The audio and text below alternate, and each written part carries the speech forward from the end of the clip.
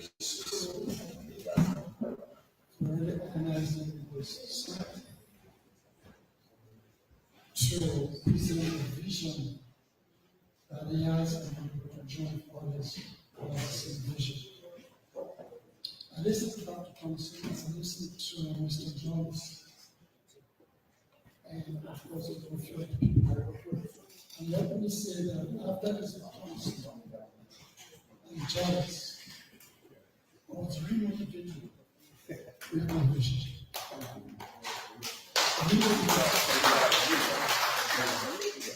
And it's the reason I think it was very important.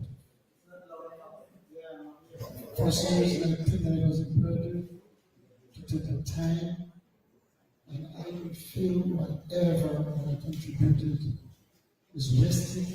It was worthwhile to such an important event. I'm so glad to be here. This vision that we share with you today, I've been programming it for many, many years. As a matter of fact, I came down here and meetings with the government. We had meetings with some farmers. The government organized the meeting at the Oval Market down on the waterfront. Mr. Peck, the Simmons, Virgil Simmons was there. I'm not sure this one was a lesson who was representing Mr. Harris from the coast. He was there, who was there. And I brought the director for the Small Business Association of the Virgin Islands down here with me because after he heard what I was saying and how I'm so touched and hurt for what is happening in Dominica when it comes to West, he decided to come with me and see whether he can talk to the government and give you an idea of what he can do for help for us. And we got the meeting, and I would have taken the ministry 1911, present an interest, and he would take that to Washington to see whether it can happen. That never happened. So I never took the rest. And after he had formed him, I rejoiced. I just was crazy. Because what happens when I go to Dominica, gentlemen, like 3 times a year, and I see the farmers struggle to make an order. It was. I'm so emotional. Because I take a switching down. When I go to the supermarket and I see a 20-feet space, like Mr. Thompson was talking about herbs, not as the herbs yet. 20-feet space in the supermarket, all you see is herbs. I'm going to sprinkle them and keep them fresh. And I said, we shape with peace, and we speak of this thing in Dominica. And our people, the suffering, we're going to be making money for these things. It bothers me. You go all over the States, and what bothers us the most? I'm going to take the time to if we go through all the notes I've made, because some is the essence. But I just want to express this. It bothers me when I hear people in best parts. You live in the States or in other countries, and you can see the magnitude, the volume of vegetables and herbs that's been sold. Are you crazy? What's wrong with you? It's ridiculous. Because I would have felt the same way if that was the case. But when I come back, I cry. On one day I went to Rosewood and I said, a pickup truck full of pineapples. And I stopped my watch and she said, Mister, what do you want to do, sir? I said, what does it mean to see you struggle to sell a pineapple? Yeah. Sure. When there will be a place. I said, after you struggle to grow this stuff, you'll show me a place. Drive on a scale. Where you get a chicken? No. That's right. No suffering that is still pineapple. Because before you make this go for that pineapple is not here. The young people will tell you right now, Oh, then he comes with compensation of the conference of the journalism. Well, I tell them, let me tell you something. Unless you will feel what they feel, unless you will take a pack of lettuce, as simple as a pack of lettuce, in your pocket, it's never put in. When I left Dominica, I go to the Vision in 1969. I left here as a young farmer. At age 50 years old, me and my stepfather got 2 acres of land. And when we dig that ground in the 12 man, we take a left Isaac extra with my new shirt. And hand and hand everybody. I know what agriculture is. I suffer in agriculture. I tell these people that tell me that when there's right to work, you take a pack of lettuce in your hand and you sow it. And when you get your crop, or 10 o'clock at night in Rosewood, you walk with 2 o'clock in your hand. That's true. And you come and tell me because you like to work. You know how the suffering, know the present is. You give the hucksters your stuff and they go around and they say, they come back and tell you it's spoiled, you bring the compassion and tell you it's spoiled. It's not my business if it's spoiled because I think my stuff good. And then it becomes a law where the farmer accept that. Is anybody saying that? It's painful. And you'll tell me today if farmers are not doing, if all while they're going through all sorts of cases because they don't want to plant that. Are you serious? These Dominicans used to take bull head of burden and carry on the head and to pedal with it. They say, okay, they must have manipulated this. Are you serious? Because they're frustrated, they're tired. I still need to stop.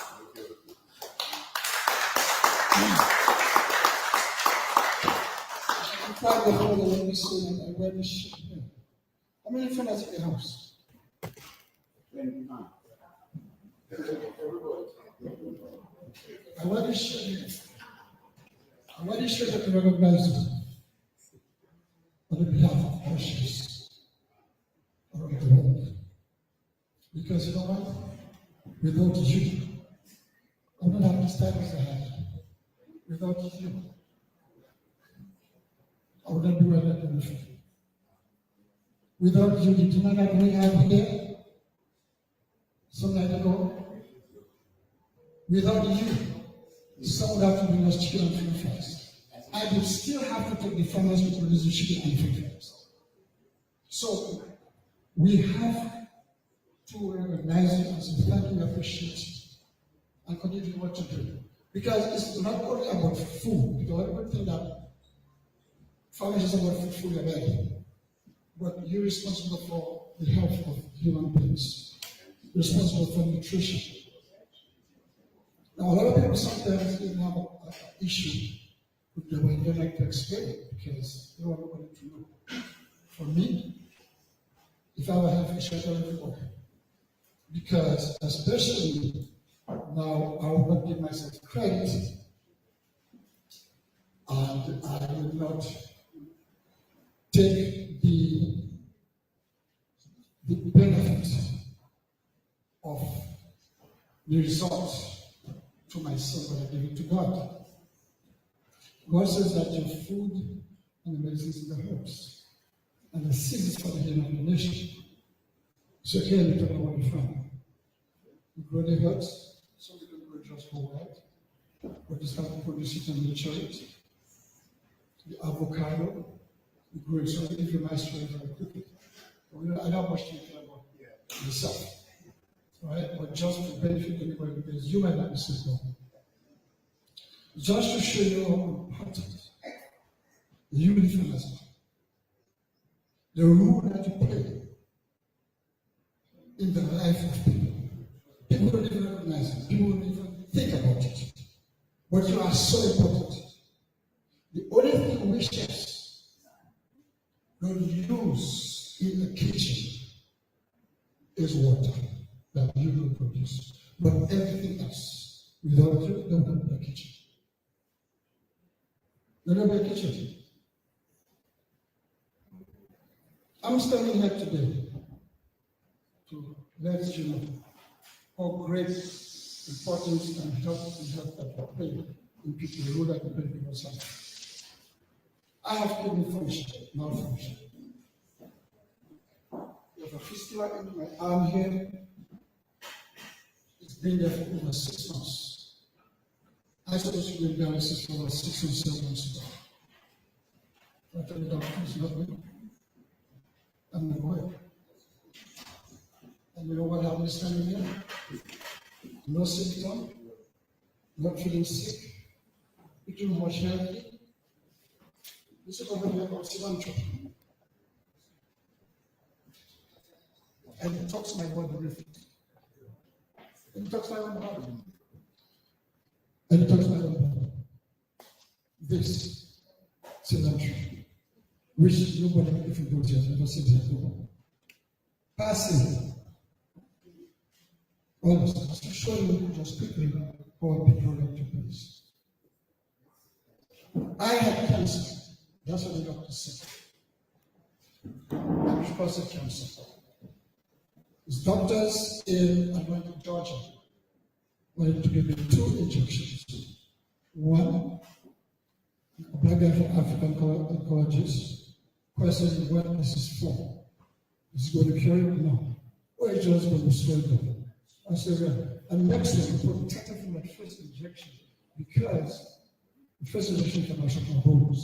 When I go to the dentist to check my bone density, he said, don't use it, because if you use it and you break your bones, you can't heal again. So what do you doctor I tell you to forget about it? You know what happens standing here today? Avocado seeds. I take the avocado seeds to make my own medicine, so that I give you a great job on half. The cancer center of America in Atlanta still told me to take out my testicles. Because why they say that testicles to active, produce testosterone, and it causes things to rise. I said, okay, I'll take out the problem. Mint. I said, doctor, I will bring you my own testosterone.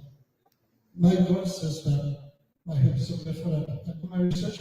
And I regret when I went back to New York, and it was test, the doctor got confused, but I don't understand. Of course, information you have from Atlanta, I said nothing, so this doesn't, you're cancer free.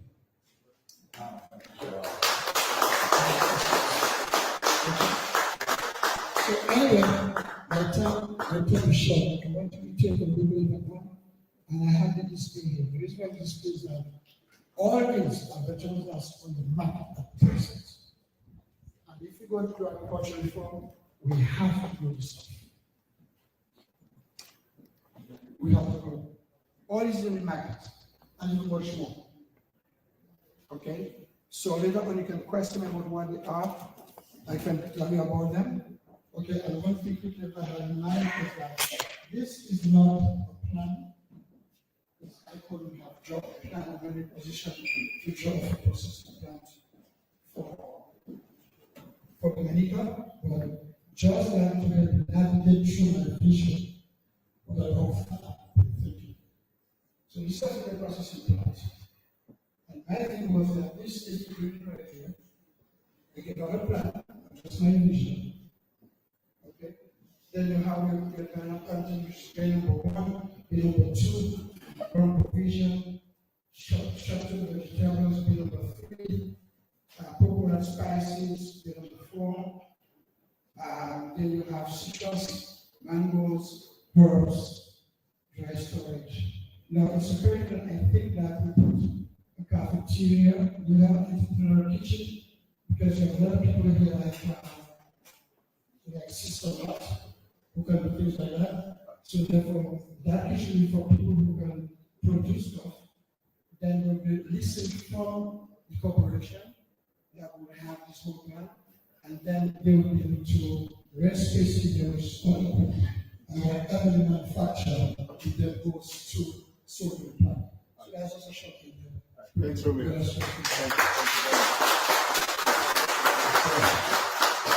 what we do is during the breaks, you can interact with the organize this better. So let's have a introduction and ask you questions. But I think 2 important contributions is making, and I want to record.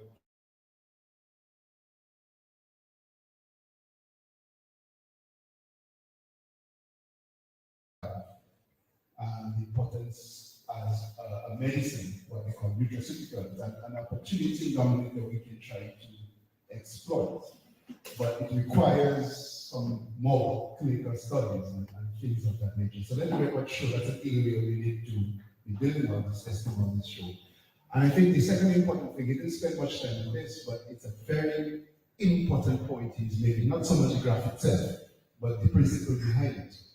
That you realize, for instance, there are many persons doing several things in Dominica. They process it, that's great. Some people do moringa, they process it and they try things and so on.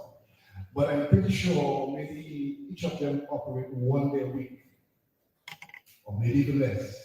So there's a space, and I remember Baron, I don't know if he's listening, always was very big on this, that there's a space for a multi-purpose processing facility that can facilitate many of our producers until such time as they can grow and grow out of it and so on. Some kind of thing like that, some sort of incubation facility. So let the record show that that's a very important contribution. You have a specific map, but the principle behind it is really what is very important. Right? So thank you very much. Check your But before we go on, I'm excited to call soon. I'm really looking forward to hearing the next session. But I wanted to just, I am sorry she's not here again today. Melvina, where is Melvina? Melvina is not here? It's not yet.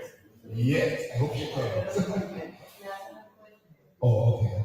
Why I said that is because she made a very important observation yesterday. Something she said in passing, and many of us did not get it. But if you hear what she said and compare it to what the guy Henderson said, and Henderson is not here. But you remember when she said she carried sand from wherever? Anybody remember what she said?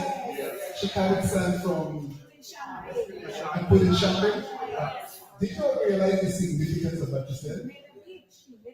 Well, let me tell you this. Butch Stewart, what's his name of his operation? Sanders has just started, they started in St. Vincent, they opened up operation in St. Vincent. St. Vincent is not going to have white sand fishes and so on, and not even any beaches anyway. But you know, they created a beach. There was a bay area. So the basis of the hotel is beach, right? And they actually created a beach. I'm not sure if they brought the sand in or they crushed the sand. Of course, you can go either or. But the point she's making is this. We have, and the tourism guy was saying that we have black sand beaches and we can market that too. But some of beaches are story. Who says they have to be story forever? They're not sure that you could bring in sand, right? So some of these points our people are making are points that we need to recognize. Yes, quickly. Just an observation. You just said that beach was created in St. Vincent. In Barbados, in Oistins, there was a rocky area there in Oistins, which is now the Miami beach. This beach was created because I spent a lot of vacation in Barbados, so you can actually tell the difference when there's a hotel there, and it's one of the most popular beaches. They brought the sun to the beach, no rocks there, and very popular. Hundreds of people there. So there are engineering solutions that can be employed that are also sustainable, that also helps to protect the environment. So that's the common point. Okay, so let's go on. Let's move on with the day's proceedings. Today we are going to do a couple areas, several areas. And our first presenter is here already. But our first presentation is going to be about the knowledge economy. So what's the development of a knowledge-based economy? And we have with us Wisbert, he's the Dominican, of course, but he's based in diaspora. We are so happy to have him with us.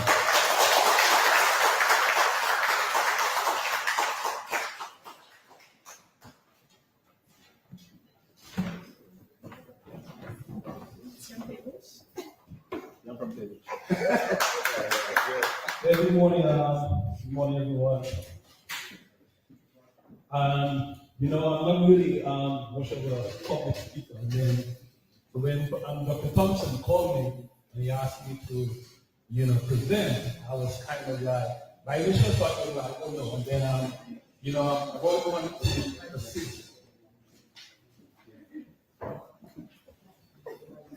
Yeah.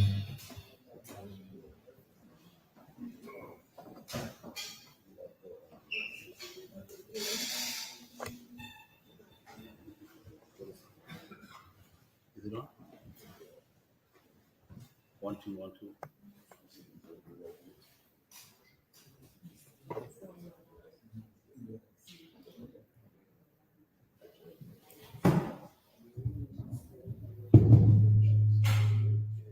One, two. Feel better? Okay. All right. That's good. All right. So I'm Winsbert retired. I left Dominica in 1995. So I've been away for almost 30 years, and that's a long time. But I'm always back in Dominica. I come to Dominica sometimes, 3 times a year. So, I've never left Dominica. My sister told me that when my name was mentioned, that someone was asking, who is Winsbert? I'm someone who's kind of stayed away from the social media, can have consequences sometimes. So I've stayed away from that.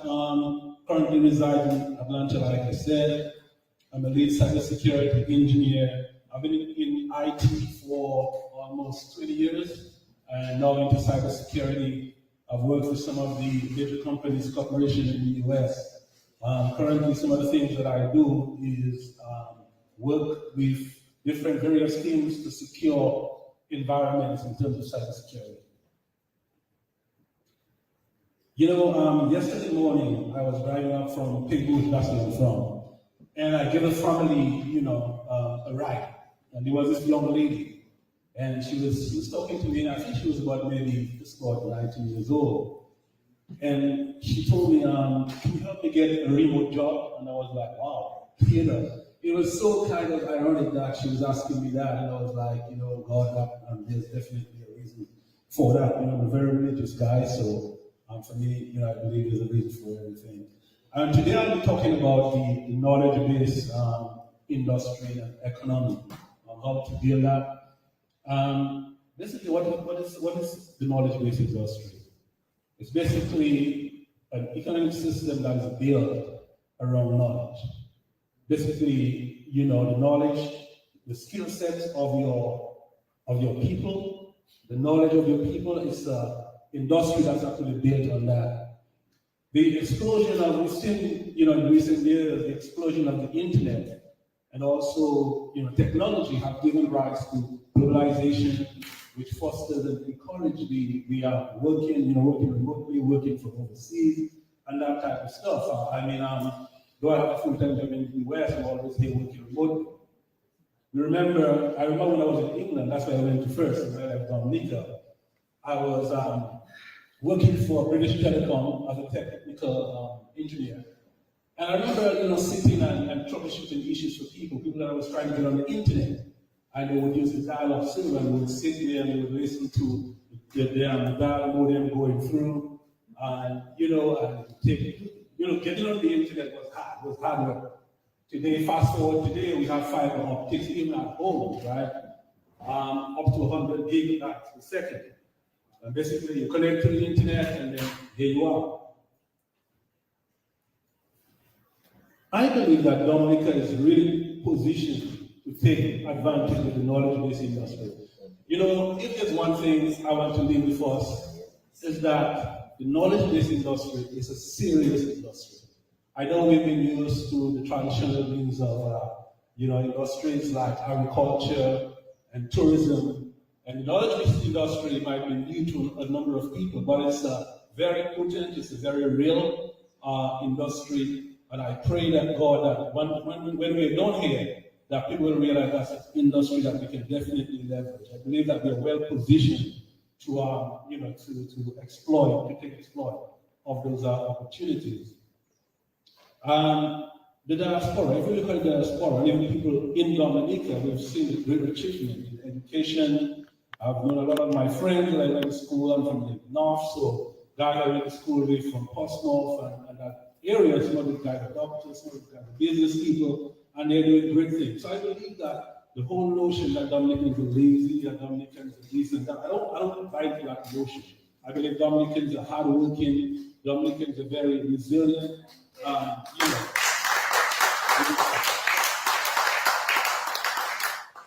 Education. I think one of the good things that's happened over the last couple of years, or last 10 years is, we see more and more Dominicans being educated. We see, when we check the news and we see, we see so many people, boasting of how well they did, and also English language, again, you see how it features into the knowledge-based industry. I remember years ago I was working with this Indian lady on a project, and she had literally, she speaks almost American. She spoke very well, and we were kind of exchanging ideas and just trying to find out about each other. And I asked her, how long have you been in the US? And she said, I've only been in the US for a year. And I was like, for a year, and how come you speak so well and all that stuff? And she said, what happens in India is that they build a system where they teach people how to speak proper English, and they teach them how to sound like Americans. And Dominica, the good thing about Dominica, English is your first language. I was speaking to this young lady yesterday, and I was really, really amazed and impressed at the level of, English. So, Dominica, I believe we are well positioned for that. I'll just touch, briefly on some of the companies, and some of them I've worked with for. Some of the companies like EY, Dell, Microsoft, and some of these are pioneers in the IT, outsourcing the IT operations. I remember years back, maybe in the early 2000s, a number of us, when we would call Microsoft, we would be faced with Indian operators, and there was a lot of concern, there was a lot of critics because of the level of English and also the technical skill. But through the years, if you call, you will see a vast improvement, a vast difference in terms of the way that people converse, in terms of the technical skill, and that didn't just happen in a vacuum. And I think about India and the success in the knowledge industry as we go forward. Let's look at some steps to building a knowledge-based industry. And I think, a number of speakers have stressed the government involvement and government initiative. And that is a must. For us to get from where we are to where we want to be, the government has to be involved. Government initiative, very important. Sometimes I believe that as Dominicans, we settle for too little. They build a bridge and we hooray and jump like there's something great. That's what the men do. I think the role of the government is to really provide an environment, to really provide, an ecosystem that will allow businesses to strive. Okay? Investment in infrastructure. Some of the things that government can do. Partner with Digicel and some of the other internet companies to ensure that we have a system that works. Tax deduction and regulation. The regulation is very dear to me. I'm from the Portsmouth area, and during the Ross era, when Ross was doing pretty well, when Ross was in Dominica, I should say. I was part of I invested, and I was part of building companies. I had a few friends that I worked with, and one of the things that we all realized how difficult it was to do business in Dominica. You would bring your business plan and you would just go nowhere. Year in, year out, you try, nothing will happen. I believe if we plan to go somewhere, that we have to kind of change that. We have to have regulation that encourages businesses, that allow businesses to strive. Education speaks for itself. Technical paths, supporting ecosystem, and that is very important. And as I mentioned in there, that's one area that I'll expand on. Building an ecosystem. I believe that for too long we've kind of done things haphazardly. We need to put a lot of thought in what we do. We need to build a system. So if, for example, we decide to embark on a knowledge-based industry, we have to put things in place. We have to put these structures in place that will allow those businesses to grow. Say, for example, we have help desk support, right? That will include maybe supporting different systems like Linux, system like a Windows system, your infrastructure. Okay, you have that type of system. You provide a service for, say, Dell or Microsoft. What you want to do, not just leave that that to strive and own. What you do, you build an ecosystem, you build businesses around that will harness the skill, build the skill of your staff.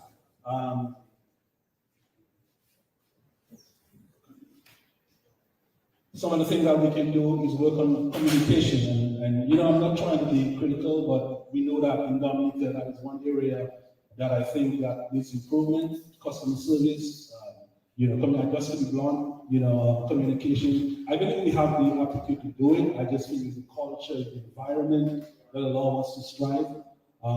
Soft skills, problem solving skills.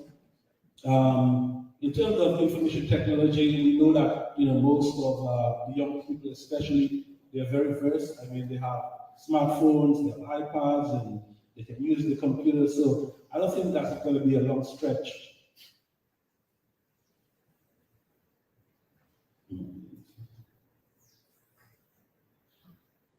It's like just.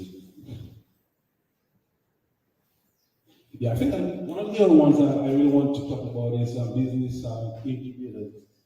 And what that is that, and that again is something else I believe that's very important in Dominica, not just for the knowledge-based industry, but for businesses in the whole, to have incubators where you could have businesses you could provide. I remember back in the days when I was trying to open businesses, and I was very kind of, a little bit disappointed that there was nothing in place to really encourage the business or to really see where the business is going. And I believe that if we are to take advantage of the knowledge-based industry, build industry, we have to build incubators that will allow those businesses to strive, allow them to gain financing, allow them to build their skill set and that kind of stuff. So.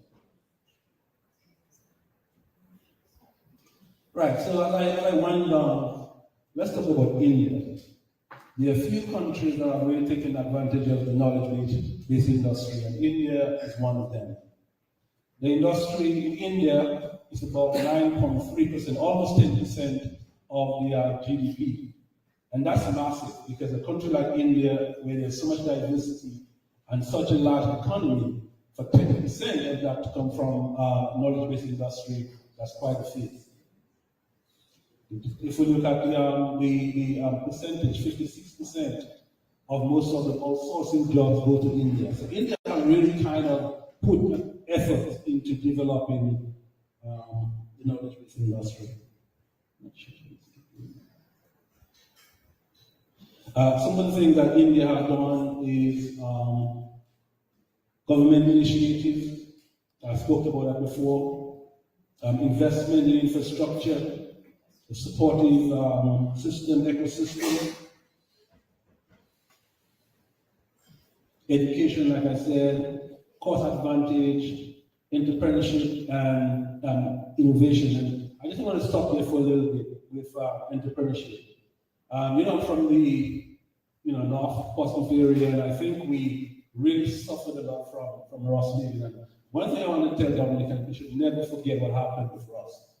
We should never forget that. Because if we fail to remember that, then we could repeat the game. I heard that Ross was only about 30% of our GDP around, but for the North, for me, it was literally about 80%. I mean, if we look at the North right now, there's absolutely nothing going on right now.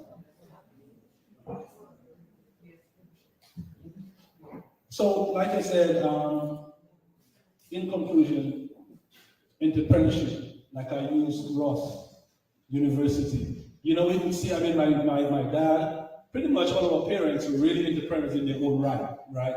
Some of them were taxi drivers, they were agriculturists, they were construction people, and they would, give us good level of lifestyle, really educated. So we have that spirit, we were born with that, right? And if you look at Ross University in the Portsmouth area, there were a lot of entrepreneurs coming from that area. A lot of people literally became millionaires with the whole system of Ross. So can we really imagine what would happen if we, have the same kind of approach in encouraging the knowledge-based industry? So there's I know that we kind of short on time, but there's two facets to it. There's one facet where, someone could go online right now and get a remote job, and that's fine. but I'm talking about actually building a knowledge-based industry. Maybe even having a ministry, dedicated just to that, and building that research and development and all that kind of stuff must go into it. But like I said, if there's one thing I really want us to, go with. If you forget everything I said, just one thing is that the knowledge-based industry is a real industry. It's not something that is just, fancy term. It's a real industry. The young people, they're open to that. They love it. I spoke to a few people, and a lot of them, they ask about remote work. How do we do that? When I let them do that, I work remotely. That's always the conversation. And the young people, because of the smartphones and just being open to YouTube and all that kind of stuff, they are really positioned to receive it. I believe that, as we go forward, and hopefully that's not just going to be just a one-off. Hopefully we can come together as Dominicans, far board, and really begin to plan ways of helping Dominica, developing Dominica. And I think I'll have to stop it right there.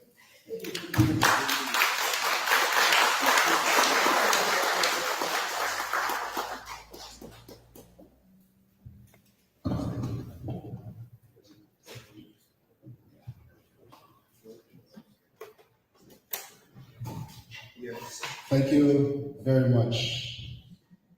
That was quite good. And he is the first presenter to stay in the time.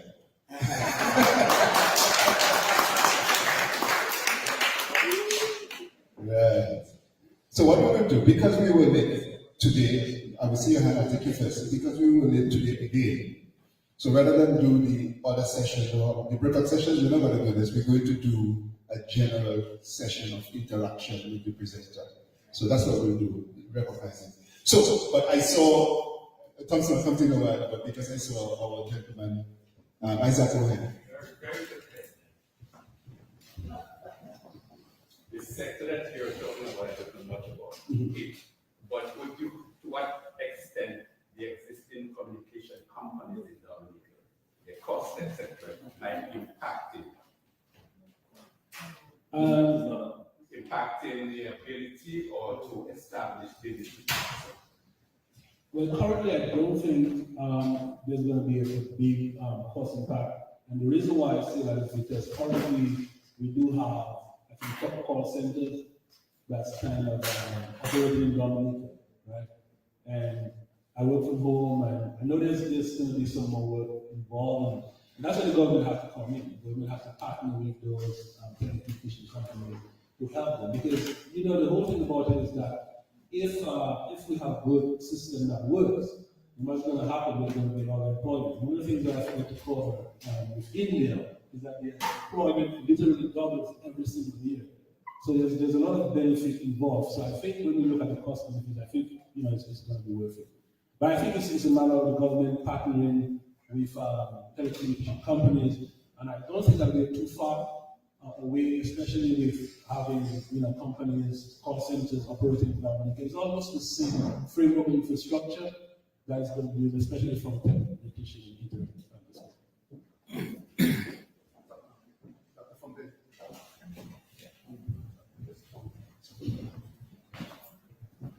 Okay, good morning everyone, and thanks to Winsford for this. I wanted to make a few points about this, because this particular area of the knowledge-based industry is something that we're going to give a lot of attention.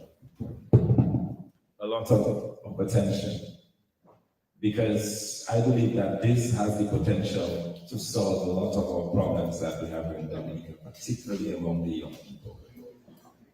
There are lots of opportunities. And for us, as Winsford pointed out, we have a very good communication infrastructure. We have people who speak English, because a lot of those jobs originate from the United States. So the plan is, and I want you to know what we're doing, we're not going to wait until, that's one area we're not going to wait until we get in government. We are working actively to see how we can harness this. And we're putting together this week a small group of Dominicans who know this area, and I've spoken to a couple of them already, who knows how to link up, and they're going to try to get some of those jobs already into Dominica. That is what so this is not just talking out of the sky. There are opportunities that are real, that are possible, and we're going to make it happen. This is all about making the impossible possible here in Dominica. And so I want us to think of this as one of the areas we have identified as being able to tackle growing youth unemployment problem in Dominica. And it is very real, it is very possible, and I'm very happy for someone like Elizabeth who's already working in the field. We have other Dominicans who are working in this area, and I'm just trying to get that commitment that we can put together a small group that can begin that process, identify the companies that are willing to work with us, and see how we can get that going as quickly as possible.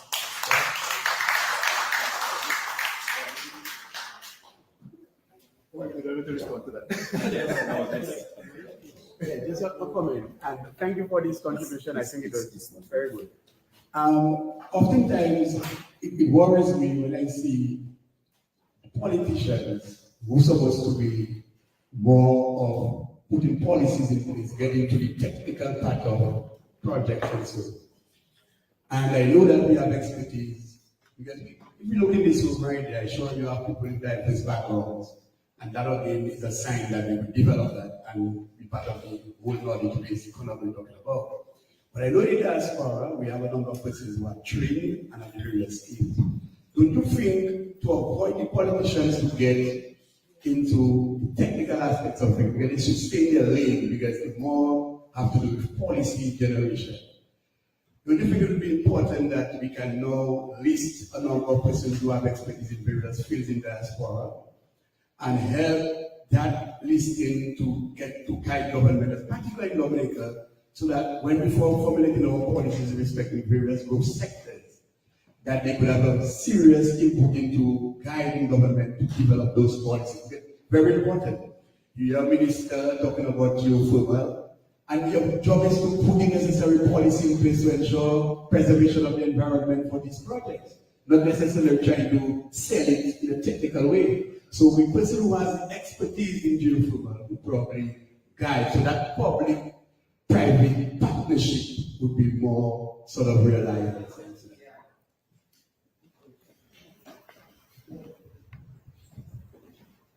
Yeah, I think this is a very important point.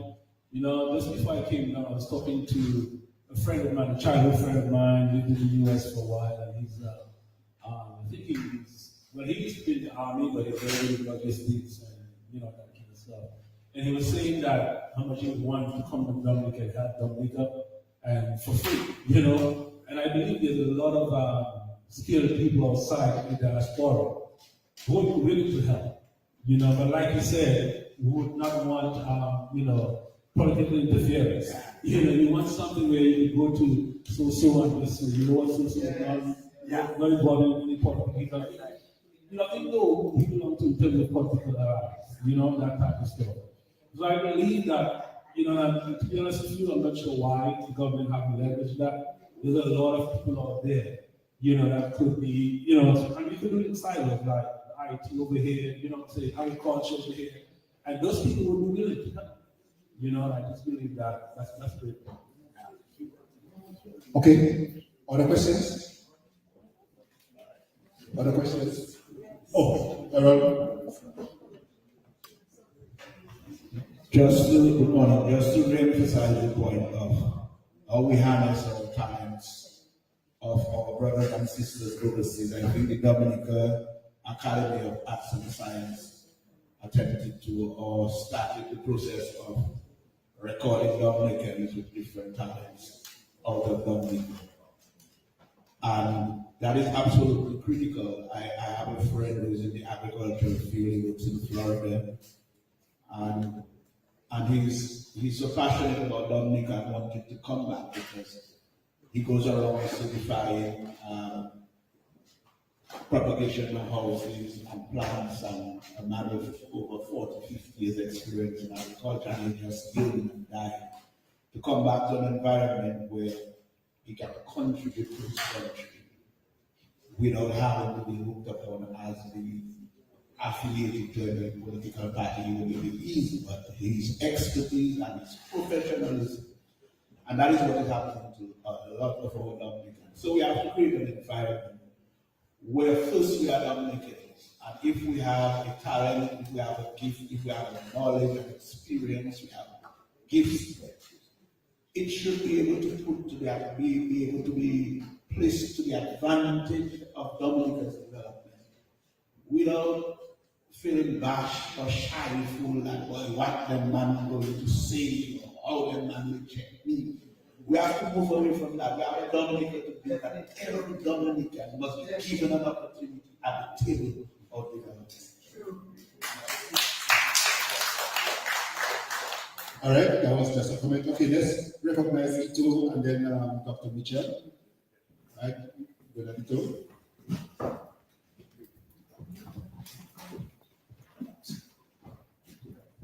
Thank you. Good morning.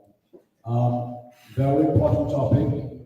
I'm also very, very passionate about the knowledge economy. I believe it is the solution to Dominica's problem.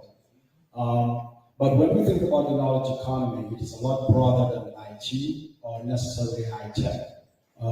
There are really three major areas that human beings work in, right? We can either work with our hands, we can do service-oriented work like personal services, barbershops and bars and so on. You have to be present to do it. Or you can work with concepts and ideas and symbols, symbolic analysis. And that is really what the knowledge economy is about. So things like accounting and marketing and all of those things involve manipulating information and knowledge. So all of those very broad areas are also part of the knowledge economy. So the knowledge economy is actually a lot bigger than you may think. In fact, most of the United States is a knowledge economy, not so much manufacturing or personal services. But it's much, much broader than IT per se. So that's how we have to think about it. And I think what we need is a revolutionary way of thinking about our country. That we're no longer going to be satisfied to simply work at the low end of economic space, that we're going to move up the ladder to work with knowledge and ideas. We're not going to simply consume technology, we're going to produce technology. And that, though, is a socio-technological problem. It's not just a technological problem. We have to make our people believe and know and see, because we do it all over the world as Dominicans, that we are capable of doing those things. And we're capable of operating in those spaces. And so we have to shift our whole mindset about what Dominica's economy should be. It should be based in that field. Why? Because we're a small country. We're too small really to have an internal economy that works very well. We definitely need to have an export economy. But what do we export? We're not very competitive in agricultural products, maybe at the high end, but certainly not at the commodity level. Nor are we going to be competitive manufacturing anything at the level where there's China's and so on.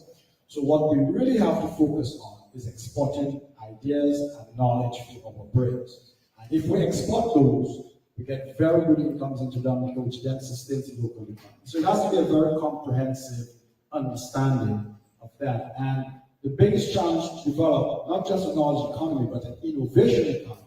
Because you need to innovate and create. You don't simply produce commodity knowledge things either. You have to be creative and innovative at the cutting edge in AI, in artificial intelligence, machine learning, those sort of things, because you don't want to go into coding, for example. That's obsolete. AI is already going to cannibalize that. And so you have to understand at a very deep level what the knowledge economy truly is, where it's going, what's obsolete, what's not. And then you have to have very good technical managers who understand how to manage technology teams and technological ecosystems, because it does not just happen. And we have a lot of social dysfunctions that work against us working in the knowledge economy, like a very flat type of organizations. We're very bossy, the Mr. this and the Mr. that. You don't have that in tech. You have a very collegial atmosphere. And there are lots of things like that that we have to think through. So absolutely, the knowledge economy is critical to our development, but it is as a technical thing to develop a knowledge economy as it is to develop a microchip. And so we have to have the right people, the right talent that understands deeply both economics and technology in order to do that. But it is critical because it is a robust economy. The knowledge economy is not destroyed by a hurricane because your infrastructure is in the head.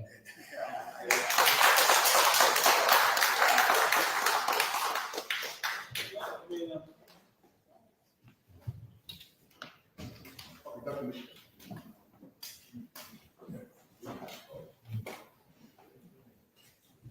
Good morning, everybody. Two things. We spoke of India and the fact that 86% of the GNP and most of the time you call get help for your computer and you ask where you're talking from. It's India. They are, right now. But also, my newfound cousin over there mentioned earlier the DAS, Dominica Academy of Arts and Science. Thompson County is also a member of that group. I, Gerald Thompson, and who was it? Clayton, Gabriel. Gabriel, Christian, and Dr. Davidson, Davidson, and so on. We founded the DAS about 20 years ago. And in 2004, at the request of the Prime Minister, three of us, Davidson, Chenford, Dr. and myself, we wrote an 80-page white paper detailing how we would move Dominica to the next step. Clayton Chenford and myself personally handed documents to the Prime Minister. To this day, you talk about harnessing our talent, So we have all this thing in place because I'm a CPA, I'm a university professor of 41 years, and have my own business. So we have talent there. You have Dr. Thompson here, you have Clayton for the renowned botanist, So we handed this document to them in 2004. To this date, they have yet acknowledged, even receipts of the document. Some of the recommendations we had in there did not involve money. They just involve doing things differently. Okay? And to this day, our own people, we have been disrespected. We have not been acknowledged. And every time you ask, if somebody says, oh, the Minister for Diaspora Affairs will respond to this. How many of times have we had Minister of Diaspora Affairs sitting around? And to this day, 2004, we are in 2024. They have yet acknowledged, Doc, your ideas were wrong. Tell us something. Nothing. So we speak of harnessing our resources, harnessing our talent, and as they say, what is it? The prophet is not honored in his own country. And that's exactly. People look at us in the diaspora as a challenge, that we are here to compete. We're not to compete. We are all Dominicans. And we want to give, not sell, give our talent and our resources to move our country forward. And I am trying my utmost to be not political, because that doesn't happen. My purpose and my intention is to see my country move forward. That's what I know. And whatever I can do to do that, I'll support it. Yes. And so are those who are out there, except that an atmosphere has been created so that we are frowned upon, and who you think you are, you think you know better than everybody else. Well, look, we went out there, we learned, and we are willing to contribute. If you want to challenge us, take our advice, and if you fail, you say, hey, okay, no. If you cannot condemn us or avoid us, and then pretend that people don't want to contribute. Let's throw it out there so you can know what's going on. And again, I am not being political, I must tell you a fact. Thank you very much.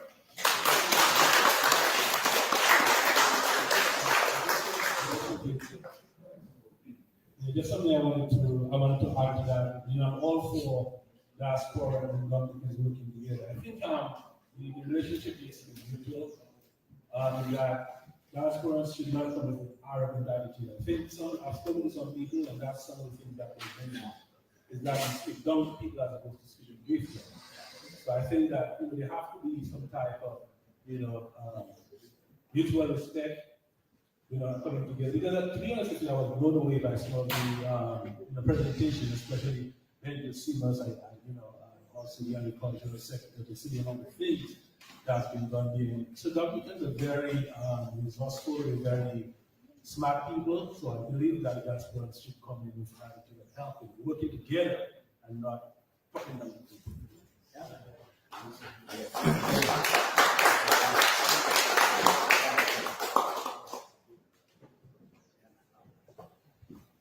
Okay, thanks very, very much. This was extremely good. And thanks for your interactions on this matter. So thank you very much. Now, Dr. Fontaine made a point, but that's a point we have been making since yesterday. We know governance is an issue, and we've got to get to the point where governance has changed, right? But there are things we can begin to change the atmosphere in some areas in which we can begin to move. We have been drumming that forward. I personally have been saying that for quite a while. And I personally have been preparing myself to do that. So until such time as governance change, there are things we're going to do to change our country. We want the diaspora to understand that very carefully, that we have to work together. Okay, one more person? Yes, just a comment. Oh, comment. Okay, go ahead. All right. Well, we are live, and so the number of us who are here, we can times that how many thousands listening and viewing online. So some of the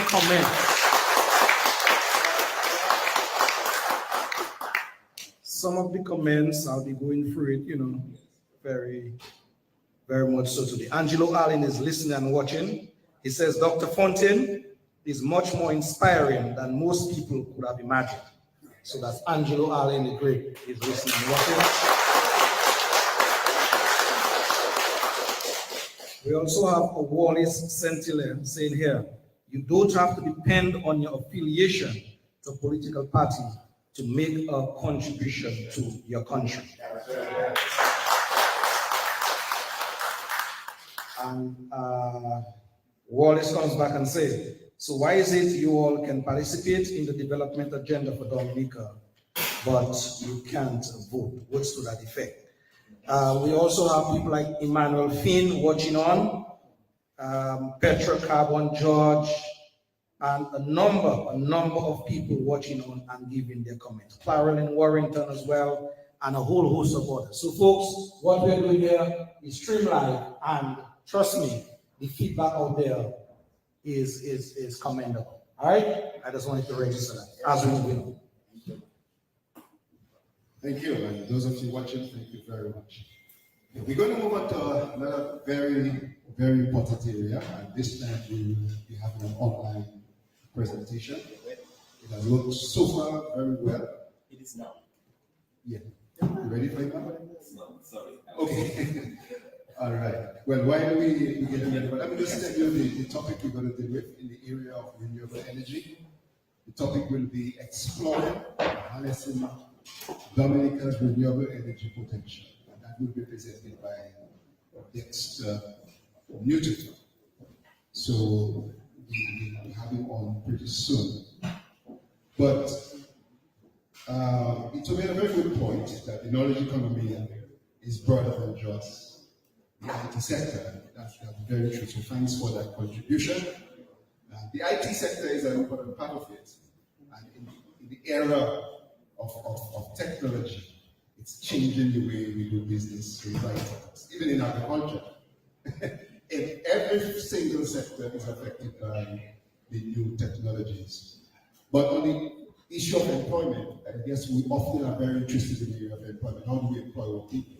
So the knowledge economy will help to improve efficiency. The IT sector will help to improve efficiency across the board, but also provide some direct opportunities for employment, as our presenter spoke about. But I just want to point out, in the case of Jamaica moved, their unemployment moved over the space of a couple of years, but it ended up at about 7% from about 14% in the last 3-4 years or so, up to 2019. And a lot of that was due to an explosion in business processing operations. That is the IT sector when you call centers, and there are different levels. There are the lower levels, but there are also the higher levels. They are most of them the lower to middle levels. Yeah. So that is definitely an area of opportunity. And as Ito mentioned as well, we can aspire as well to the higher levels. So sometimes we are often in call centers at the lower levels, but there are opportunities in the higher levels. Yes, go ahead. Let me thank Mr. Ito for his contribution. Out of that, I just would like to ask a question. In that sector, it also involves hardware, and in terms of the reality of where Dominica is positioned and the frequency of hurricanes and more intense storms. What suggestion does he have in terms of making or securing our hardware that can be much more robust against the realities of climate change? Sure, it's a good question.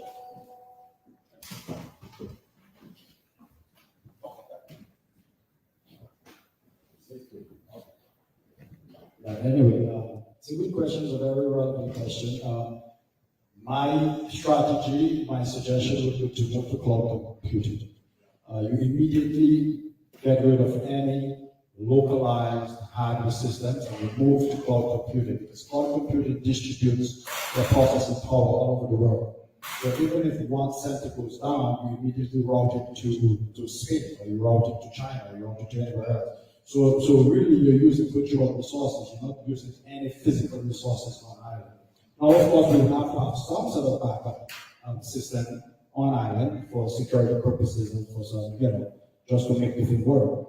But what you would essentially need to secure only is your data access.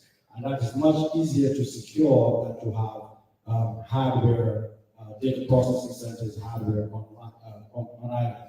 In any event, you don't want to do that anyway because you have to do a huge capital investment into doing it. If you go to cloud computing, you just buy on demand. So if your business is doing well, you should purchase more time and use computers located all over the world.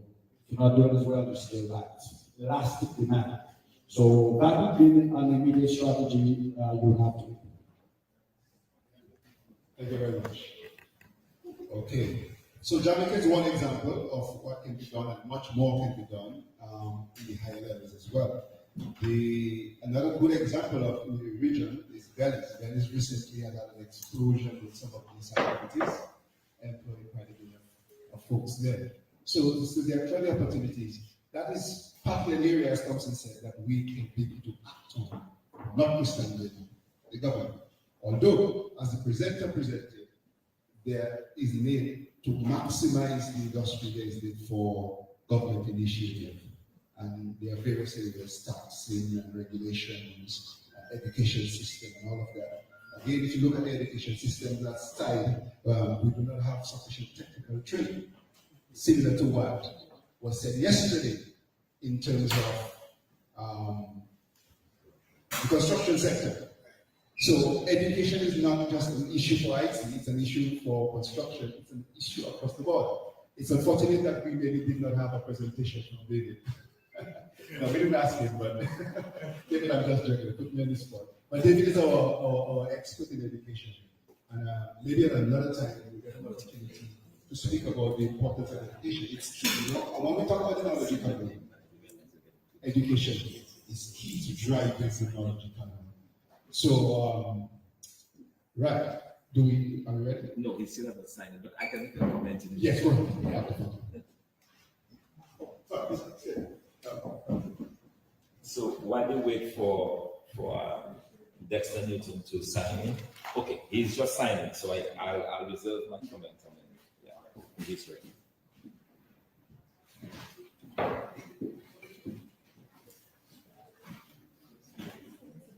Okay, so ready for you. I'm gonna put him. Okay, Dexter Newton. Welcome. Can you hear us? Hello? Dexter, can you hear? Dexter, are you able to hear? You are muted, okay. Okay. Okay, great. Well, Dexter, welcome. Welcome to the Economic Summit. We give the floor over to you. Go ahead. Thank you.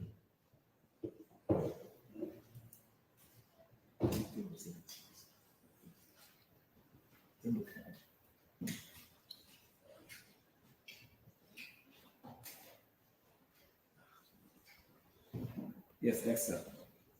Floor is yours. The floor is yours. Yes. Can you hear me okay? Very well. All right. So good morning, everybody. And I want to say thank you so much for inviting me here to speak with you today. I am truly honored to be able to lend my voice to this discussion on the exploring and harnessing renewable energy potential. Today, I hope to have a conversation and treat this as a stakeholders engagement, really a community engagement, to get your thoughts on the state of renewable energy development in Dominica and where you see, as an audience and as a people, where we see renewable energy and how we can continue to move Dominica forward and the region forward in sustainable development. So if you would allow me to share my screen so that I could share the presentation with you. While I do this, just let me know when you can see my screen. Can you see my screen? Just give me a confirmation that you're able to see my screen. Yes. So I can go ahead with that.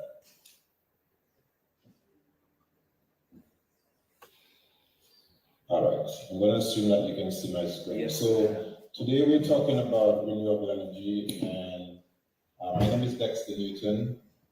I am an energy consultant, currently working with the U.S. Department of Energy, and the thrust here is to see how we can integrate renewable energy into the national grid. So my position at the U.S. Department of Energy is to look to see how we can take technology, leverage technology, and integrate that into the national grid. I must say that today I speak as an individual, not representing the U.S. Department of Energy. I'm speaking to you as a Dominican, born in Marplain, raised in Marplain, and went to grammar school. So we're talking sustainable development for Dominica. My presentation will be more biased to deployment, field operations, and system integration, which is where I have focused my career over the past couple of years. So it will be biased from those point of view. So moving ahead, quick agenda, we will just talk briefly about where we are in Dominica as it pertains to sustainable development and renewable energy. Where we're going, we'll talk about some grid planning, future use and expansion, how renewable energy and harnessing and exploring renewable energy can impact jobs and the economy. We'll touch a little bit beyond renewables as it relates to resilience and clean transportation, and then we'll open it up for discussion. So brief overview of the current situation in Dominica.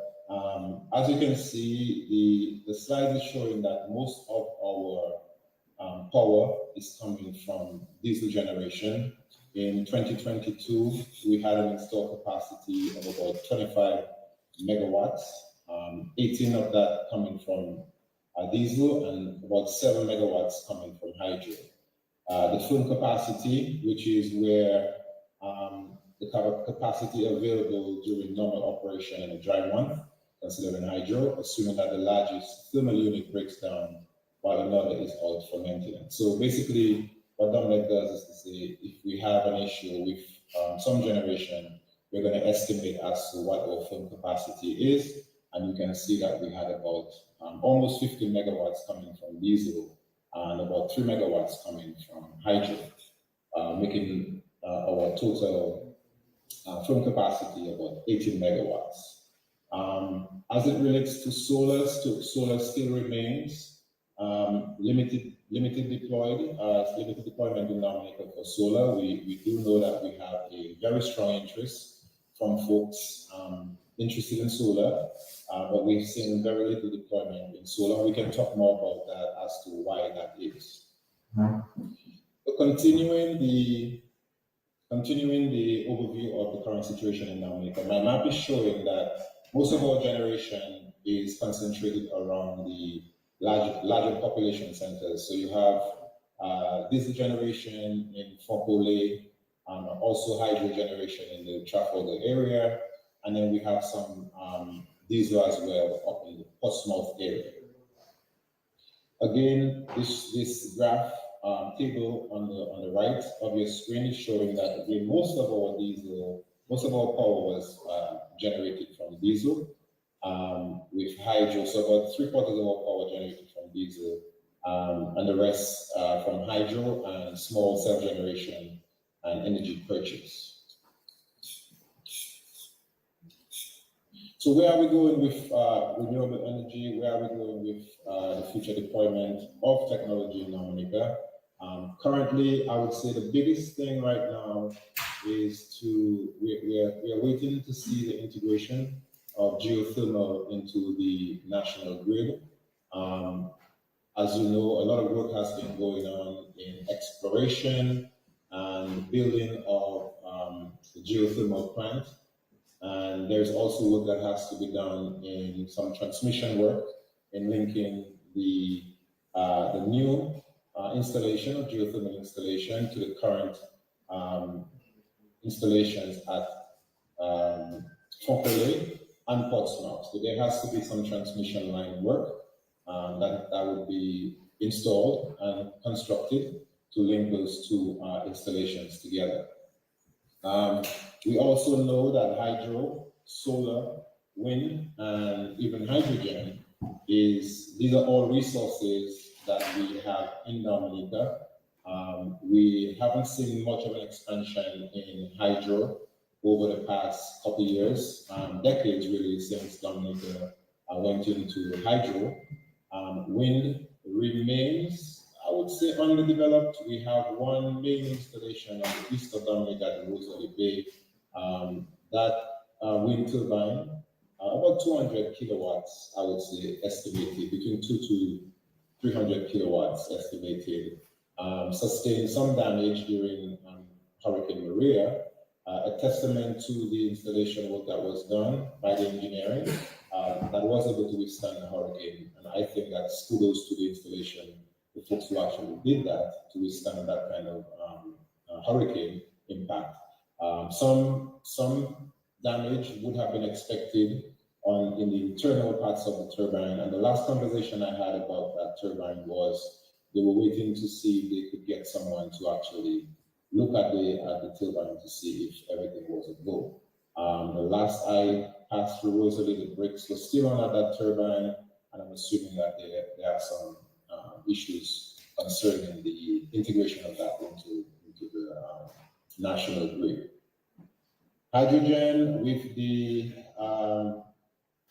development of geothermal in Dominica, hydrogen is positioned to be one of the areas that Dominica can explore, especially as it relates to transportation, and we can talk more about that. Solar, like I said before in my opening statements, still remains underdeveloped in Dominica. We haven't seen a lot of incentives given to folks who are interested in solar. And what we've seen around the world is governments have incentivized the population to get into solar by maybe giving tax breaks and so on. I know Dominica, currently we have an incentive of removing the import duty on solar items coming into the country. So that is an incentive. I believe that import duty is about 23% of the overall cost, and then maybe some stipulation as to whether it's a full system or partial system and so on. So, but there are some incentives as it relates to solar in terms of the reduction of importation taxes. So harnessing solar, I believe, from my point of view, it's a low-hanging fruit. Something that we certainly can explore more in Dominica as we go forward. And we can talk more about that. Just giving us some check. Everything good on your end? You can hear me loud and clear? Perfect. All right, so I'll continue. So as we talk about grid planning and the future of energy. Those of us who listened to the Prime Minister's address last week, I believe, the news conference, we heard a significant amount of number of projects that are being planned for Dominica. And the question I pose to you is, are we building enough capacity as it relates to renewable energy to absorb some of those new installation and these new infrastructure projects? We know the airport is coming on stream, hopefully. We know the cable car, several marinas, and these are all installations that would require significant power usage. And the question to you is, are we really positioning ourselves to also power those things up using sustainable energy? And Dominica, as the nature island of the Caribbean, I would say is well positioned to continue to use that and to be a beacon to the world as to how we can develop our renewable energy and our future power sources sustainably. So distributed energy resources, we will talk more about that. Basically what that means is to sort of decentralize the power production or put power closer to where people are living. So as you can recall, after Hurricane Maria, we had quite a bit of damage sustained to our national grid. Our transmission lines went down and we had damages in several areas. So it took a while to get all of those things back. That's not unique to Dominica, of course. Those things takes time to build.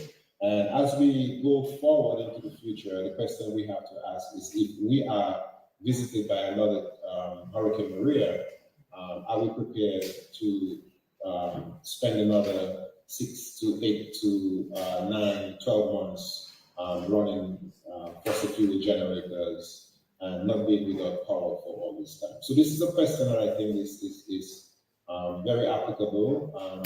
We need to, as Dominicans, to ask ourselves that question. Of course, this is not a criticism. I think as we seek to develop our country and to sort of position Dominica to the growth that I foresee, Dominica is going to have a tremendous growth. I haven't heard anybody, when I travel and I talk to folks, I've never heard anybody say that they did not like Costa Rica. I've never heard anybody say that they did not enjoy vacationing in Costa Rica. And Dominica is, I would say, probably closest related to Costa Rica and places like St. Lucia in terms of folks looking for vacation places and places to explore. So with that, I would say that we need to start thinking of how are we going to position Dominica as it becomes more known to folks. There is a global trend for folks looking to vacation in places that have sustainable living. We've shown that we can do that. Even as a boy, I remember my parents and my grandparents always having a drum outside catching water. People in California use very fancy terms like rain harvesting and all of that stuff. We've been doing this in Dominica for centuries, really. And now the world is catching up to some of those technologies that we've been doing and practicing as a way of life in Dominica. TVZ, our composting. We've known this as a way of life, but now the world is catching up and realizing that that's what we need to do in order to maintain the planet in a way that we want to pass on to our children and pass on to our grandchildren so that they can enjoy nature and enjoy life. So how does sustainable energy and how does renewable energy development, how does that impact jobs and the economy? The availability and the affordability of power remains something that is going to be desirable. Nobody wants to go to a hotel and you have your air conditioning going and then the power goes out and you're left stuck in a room without air conditioning. So we have to understand that those are things that are not luxury, but things that people actually would demand if they come to our shores to vacation. And when we too want to have some comfort. We want to be able to turn on our air conditioning and be comfortable. I heard one of the speakers yesterday spoke about air conditions and the fact that we can build better. Yes, I do agree. We can figure out how to use less air conditioning by designing our buildings better and taking the natural environment into consideration as we design. And that's a question that and a discussion for another time. But based on what we have, we will agree that it is nice to have air conditioning. And the affordability of power, as we keep going, I think I've heard talk about the reduction of power, the price of power, and the cost of electricity. I haven't seen gas prices gone down in my years. I have never seen the price of electricity gone down in my years. So I would be a bit skeptical to think that we are going to see a reduction in the cost of energy. I would say that we can develop energy to make it affordable, but I would not hang my hat to think that we're going to see, for example, with the introduction of geothermal onto national grid, that we'll see a sudden decline in our cost of energy. I remain skeptical on that. I would be curious to hear your views. So moving along, let me just pause here. I don't know if there's any question before we continue the presentation. I would entertain a question if you feel to ask a question at this stage, or we can. I think it's best to continue, and then we can remain on and then we'll have a conversation. All right? Yeah, so just continue and then just hang on for the questions after. All right, your audio is a little low, but I think okay, so basically he's saying you can continue and then we'll take the questions afterwards. All right, sounds good. So one thing I would just like to say in terms of job and economy as well, we do understand that agriculture will play and will continue to play a critical role in Dominica's development. Sustainable energy is a huge deal as it relates to agro-processing, like manufacturing, our dry houses, our packing houses. We should be using the availability of abundance of sunlight in Dominica to manufacture and to dry and to package our products. I think these are all areas that remain underdeveloped, and we can continue to have discussions as to how we can develop that. The remote work market, I think, is another big deal. I don't know how much we have tapped into that market. This will probably come under tourism or shop stay, and it's something that I think we can discuss. But nobody wants to go to work, and in the middle of a meeting like we're having now, you have your power interrupted, and you don't have a backup power system. So in order for us to continue to develop Dominica and continue to invite folks to come to our natural shores to work remotely, we have to understand that infrastructure plays a big part of that, and that has to be developed. So beyond renewables, let's talk about resilience. What is resilience? Resilience is how quickly are we going to be able to bounce back after a weather event, for example. I mentioned that after Hurricane Maria, I know La Plaine, it took about 8 months before the utility company was able to turn power back on in La Plaine. That is too long. I believe we can do better. We understand what we are faced with in this new global climate. We understand that from June, which is we just started June, all the way to September, October, November, we can expect hurricanes to visit our shores. This is something that has happened as long as we know Dominica. So I don't think it's going to change. What we have been hearing, though, is that the storms are going to become high intensity storms, and they may happen more often. Do we bury our heads in the sand and say, hey, let's have a day for Dominica? Or we can think of how we can make our country more resilient. We can build better. We can introduce rules that are going to withstand hurricanes that are stronger. We can talk about how we can have hurricane shutters so that we can close our homes. We can have bridges that are higher so that we can withstand the pressures of rivers. And then once those weather systems pass through, we're able to bounce back and continue life as usual. Right, so this is our new reality. As an engineer, I don't think I necessarily shy away from the fact that storms are going to be stronger.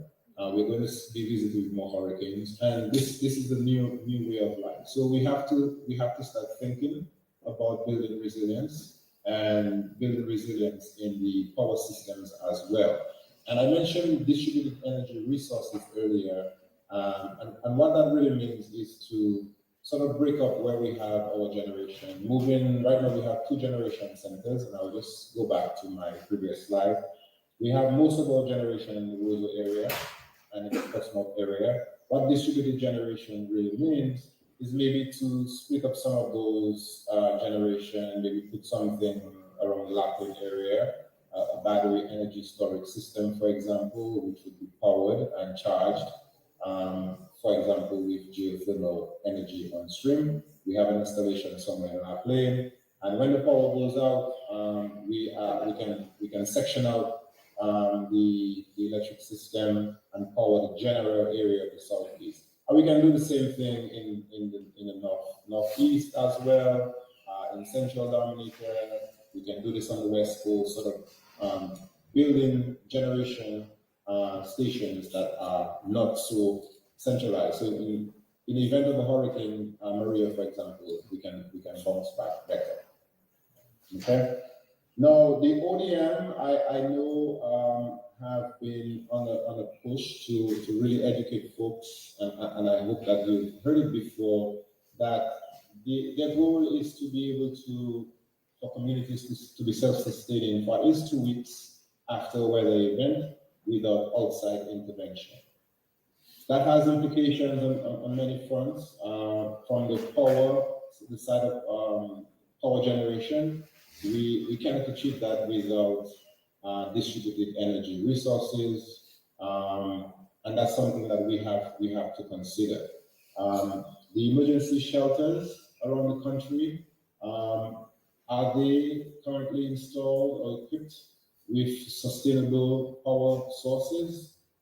If not, that's something that we have to talk about. And our emergency operating centers as well, are they equipped with renewable energy sources, so that when we lose power or we lose the ability to import diesel and gasoline into Dominica, for example, during a weather event, can we repower those shelters and those emergency operating centers locally?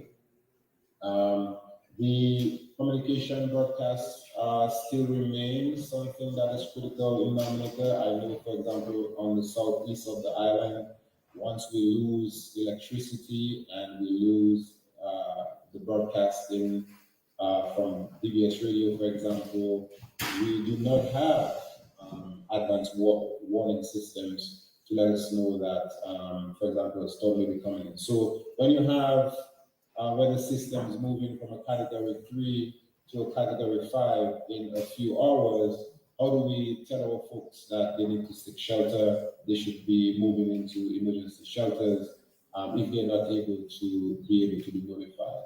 So all of these things come under resilience, and it's a discussion beyond renewables, but it's something that we need to consider. The electrification of transportation. I think Dominica right now, that's probably the transportation sector still depends very heavily on the importation of diesel and gasoline.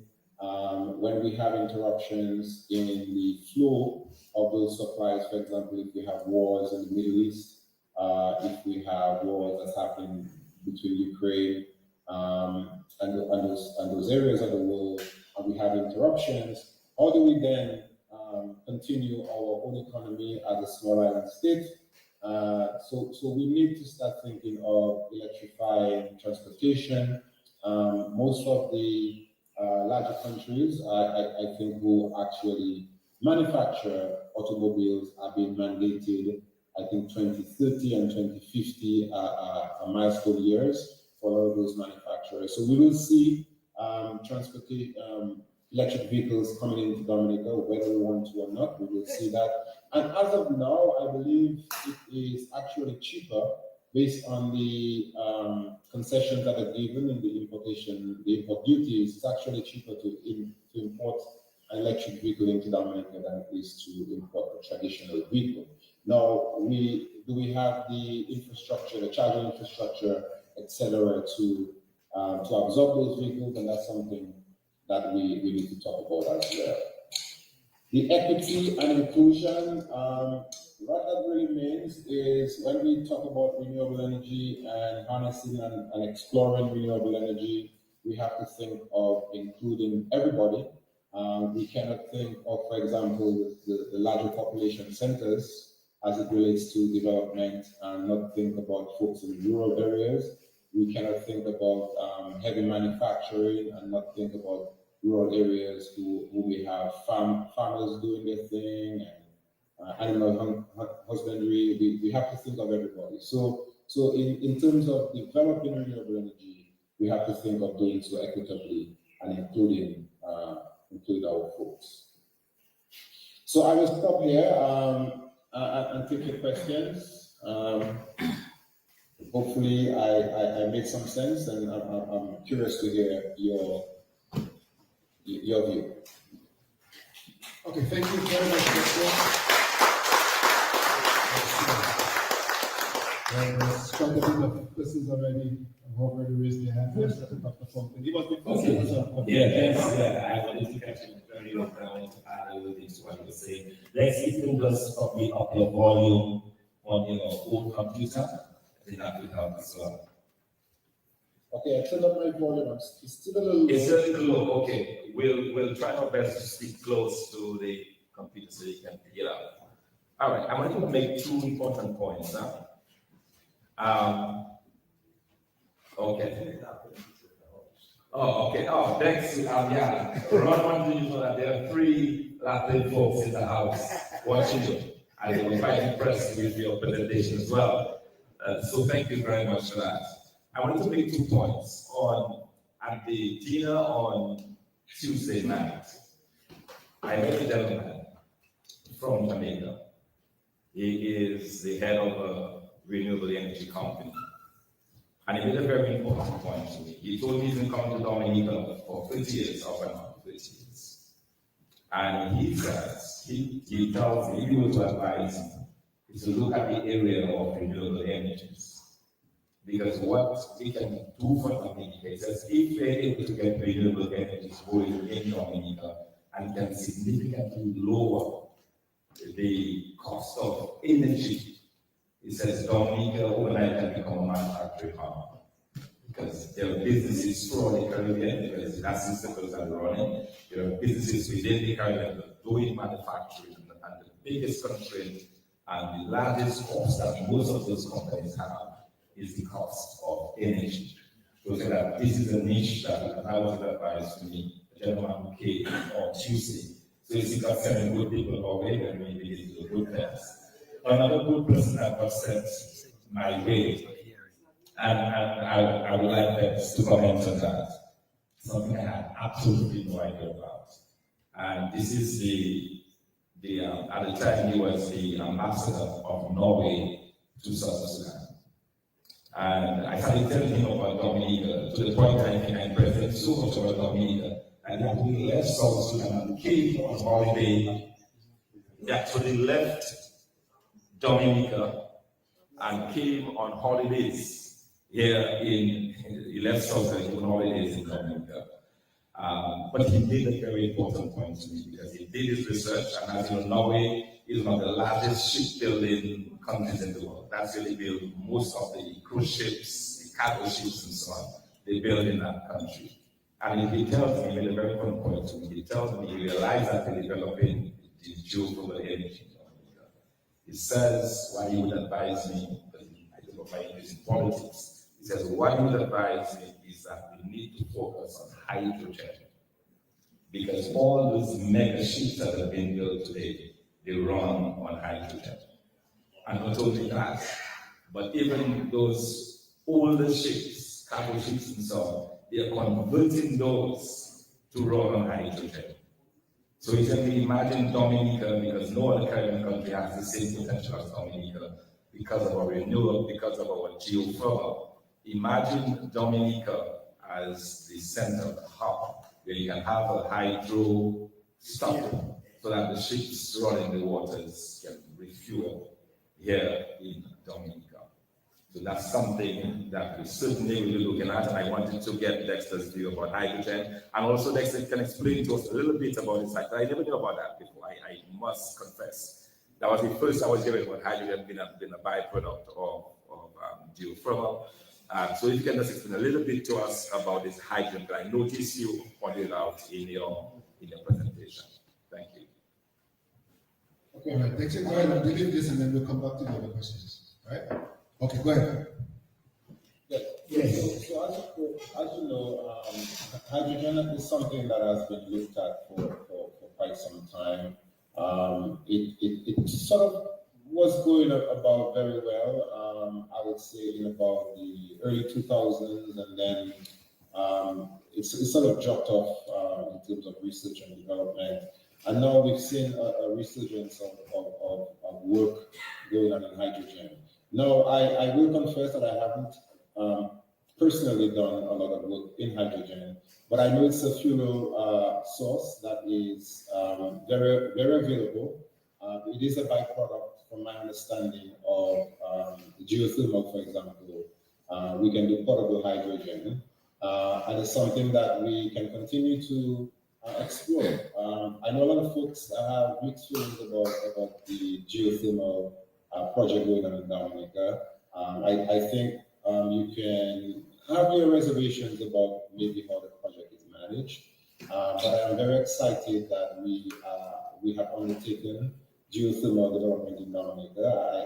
I believe we, as part of a group of folks who presented to the then Prime Minister Pierre Charles way back in 2001, 2002. And, you know, we spoke about geothermal development and what it means for Dominica. So the point I would make is that we have so much that can come from a geothermal development, not just from the initial development of steam turbines and power. And from what I've been told, we should be able to get about 7 to 10 megawatts of electricity on stream. But what are some of the byproducts of that, and how can we continue to develop that technology? Like you said, Thompson, Dominica is one of the very few Caribbean countries with that resource, and I think we should continue to look at that. The cruise industry, the ship industry, the transportation industry can all benefit from hydrogen. And it's I would say it's a mature technology. It's something that has been studied for quite some time. And I don't think it would take much for us to go into that area. So that's what I would say in terms of a byproduct, and continuing to evolve and develop geothermal technology. I look forward to how hydrogen would be considered, especially as it relates to the clean transportation industry. Thank you very much. Go ahead. Yes. Good day. Very good presentation, I must say. You seem to be far away, but very much acquainted with what is happening in Dominica. As we speak presently, Dominica is responsible for the generation, transmission, and distribution of electricity. Do you see Dominica, based on the attitude and the culture they have, that they would be so inclined to move away from what they do to probably get into other areas of energy? Because people often talk about competition, and you envisage let's say, for example, a company bringing in, exploring other areas like we have the geothermal right now, but do you envisage a company coming in for a different idea and probably would impact on the low cost of energy? And another area I think that is very important, where we are gathered right now is a stone's throw away from Galileo. And I've observed this little hamlet, and over the couple of years I've been going there and I see we have a pronounced, presence of wind. And it may be about 6 months or 7 months in a year, you have that intensity of wind. And I found it strange that no one has come to say whether we're going to do a pilot project in Ghana. We look at Cold Sufria down in North. They again show some, heavy presence of wind as well. Have you been so inclined to at least get into at least zoning or initiate some level of zoning where you collect data? We always find that the wind is free, the sun is free, so overhead. Hydro, you have, as we develop our water resources deplete and so you may have some challenges there. We do for when you have to drill and get into some more technical aspect. But the sun and wind is available. Can we not get into collecting data around certain areas, strategic areas, and let's talk about equity? That would be so much important to serve probably someone in rural area. Thank you very much. Okay, go ahead. Thank you for your question. As it relates to transmission, distribution, and generation, from my understanding, the generation of electricity was sort of loosened up for a couple of years now. With the introduction of the Independent Regulatory Commission, the IRC, folks can now self-generate, for example. So I think the laws have been sort of eased up a bit in terms of who can generate power in Dominica. Dominica still transmits and distributes electricity in Dominica. So that's what I would say. I would say we can have that discussion with the IRC. That is what their mandate is to listen to concerns like what you just raised. We can talk to the IRC and see how can we move those discussions forward. And the IRC is there for you. It is there for me. It is sort of the middleman or the liaison between the utility company and the general public. So that's something that I think we should continue to discuss as far as it relates to generation. Now, you spoke about wind and sun, wind energy and solar energy. Several studies have actually been done on wind generation in Dominica. I remember I was involved in a study done in Temple in the north of Dominica, and we did quantify that that area of Dominica was suitable for wind development. We did some work with a French company during that time, and Dr. Thompson Fontaine would recall that. So we have quantified that wind can be developed in Dominica. I'm not sure for the southern part of Dominica where you're mentioning Galion, but what I would say is wind certainly has been used in Europe and in parts of North America for a number of years now, a number of decades, and it has proven to be a good technology. One of the challenges, though, that we have seen with variable sources of electricity, when I say variable, you would remember a couple weeks ago we had a solar eclipse. So let's say half of Dominica power was being produced from sunlight, and I don't think we were affected by the eclipse in Dominica, but let's say we were affected by an eclipse and half of our energy was coming from solar. We would have to do a couple of things. We would have to agree that we're going to take a power outage during the eclipse. Not everybody happy with that. Or we would have to introduce new technology where the current technology right now, it's with synchronous machines. Synchronous machines don't like when you all of a sudden have more load. It's like a balance, right? You have more load than you have supply. It starts doing some very funny things, like slowing down the frequency, which is a little technical, but basically what it means is that your stuff like your refrigerator and your air conditioners, they don't like that, and they will burn. So we have to introduce some more technology.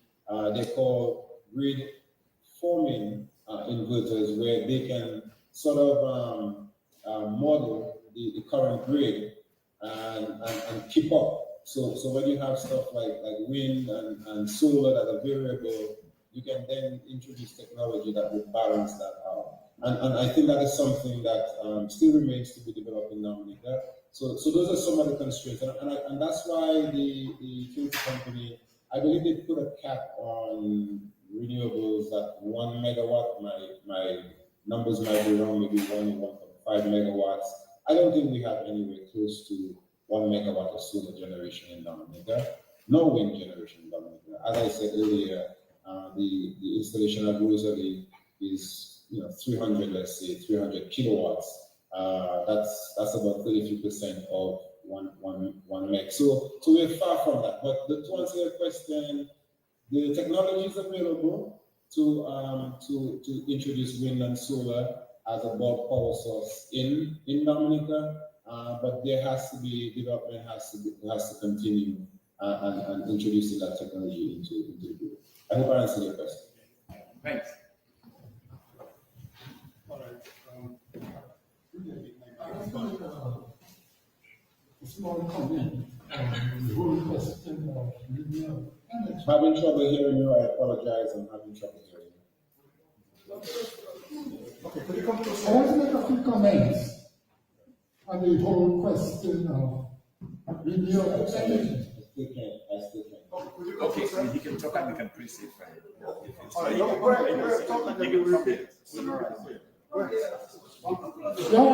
on the question of renewable energy, I would like to say that the push for renewable energy seems to be tied in the whole question of climate change and reduction in carbon dioxide emissions.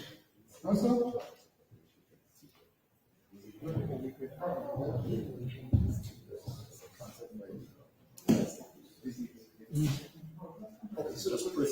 Someone had a question, could you proceed? Okay, Dex, I think the issue was the push for renewable energy seems to be tied in with the whole question of climate change. So you can just comment around that. Yeah. Yes. Very important point.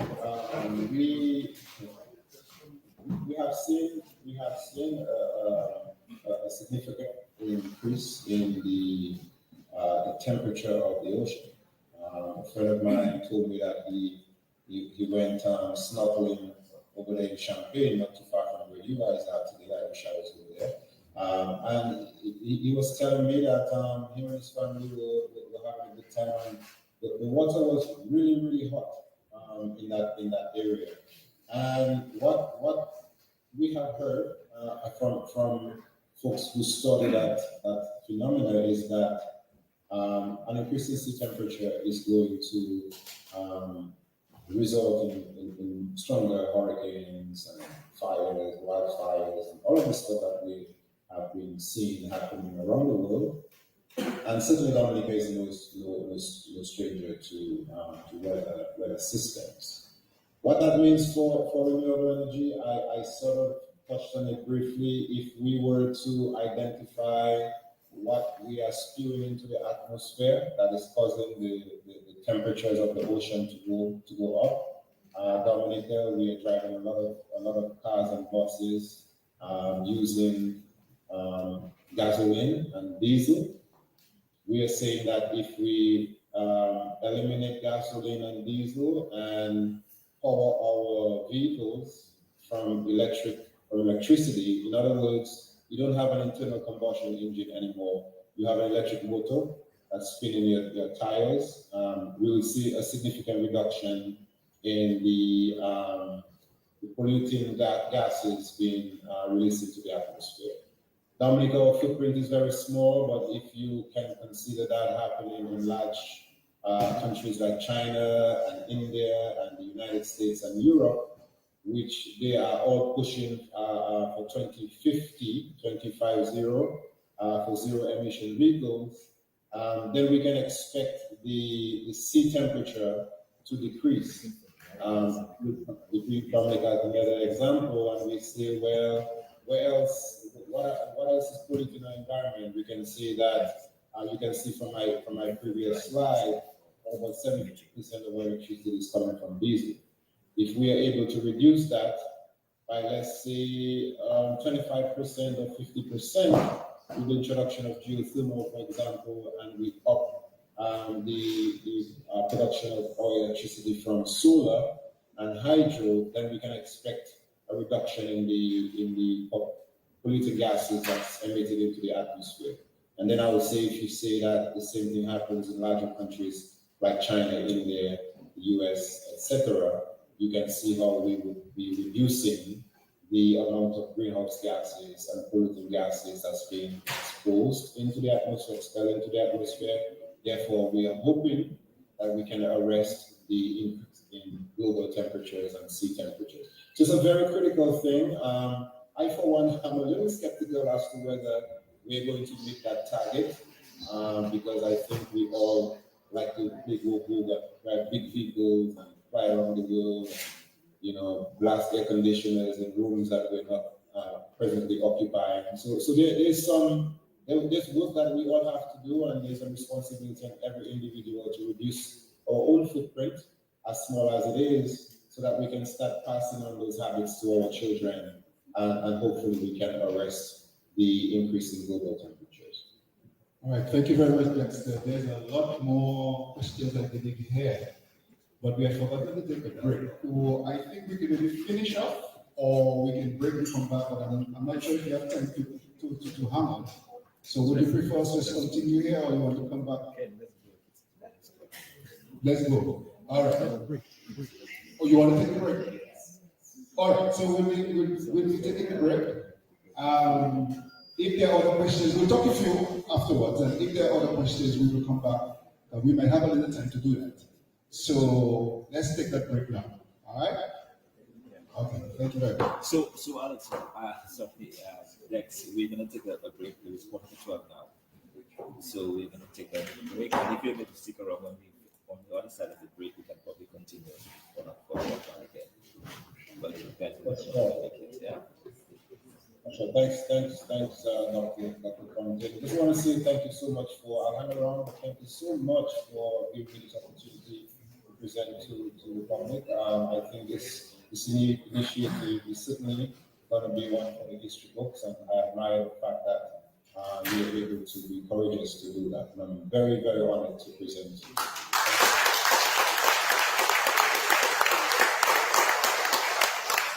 All right, let's take a break now.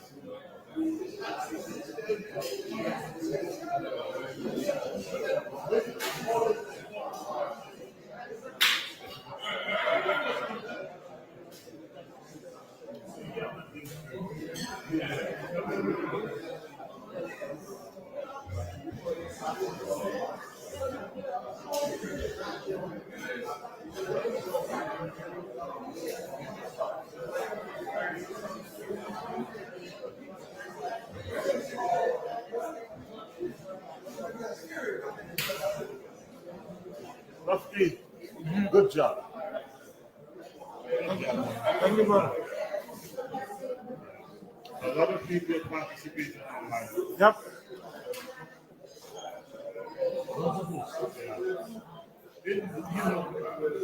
Someone was reminding me that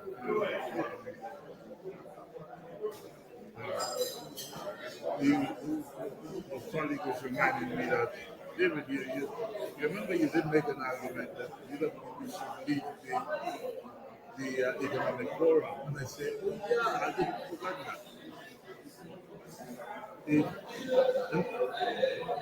If it had not been led by UWC, I don't think we would have as successful dinner as we have.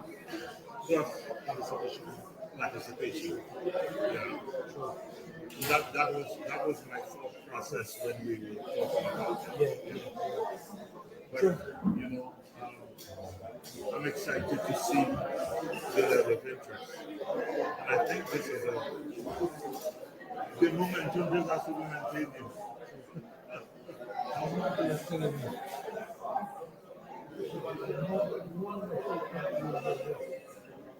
It's just another getting a mix of the bringing professionalism. It's just about three big innovations we need We don't need 10. If we have 10 science, we just need three big innovations that can be implemented in the short term. We change the country. When I say we change the country, it means we give everybody votes. We will actually have a reversal of migration without people coming in. We have a stronger domestic market. And your minimum wage up. And people have more opportunities to, somebody might be a teacher and they can be involved in online trading, online, and have additional sources of income. And these can be achieved in 5 years. Yeah, it's achievable. 5 years, 5 years, let me let you eat it.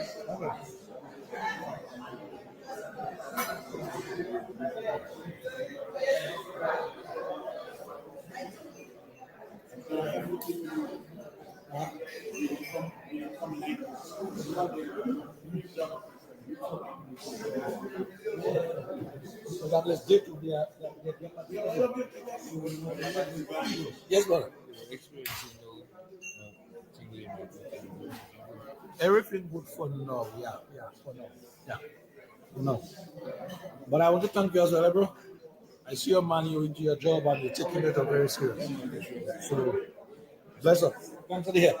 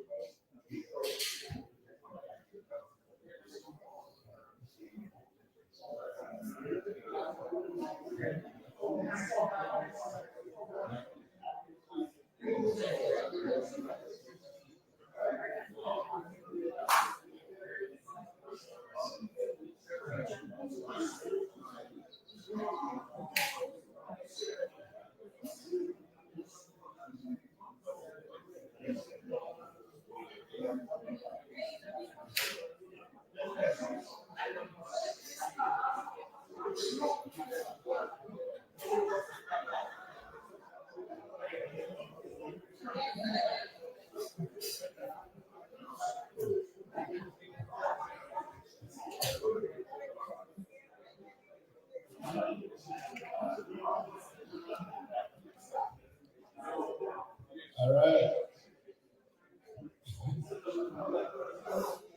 Okay, great folks. Let's take our way back. You can walk with your pleading, you can walk with your stick.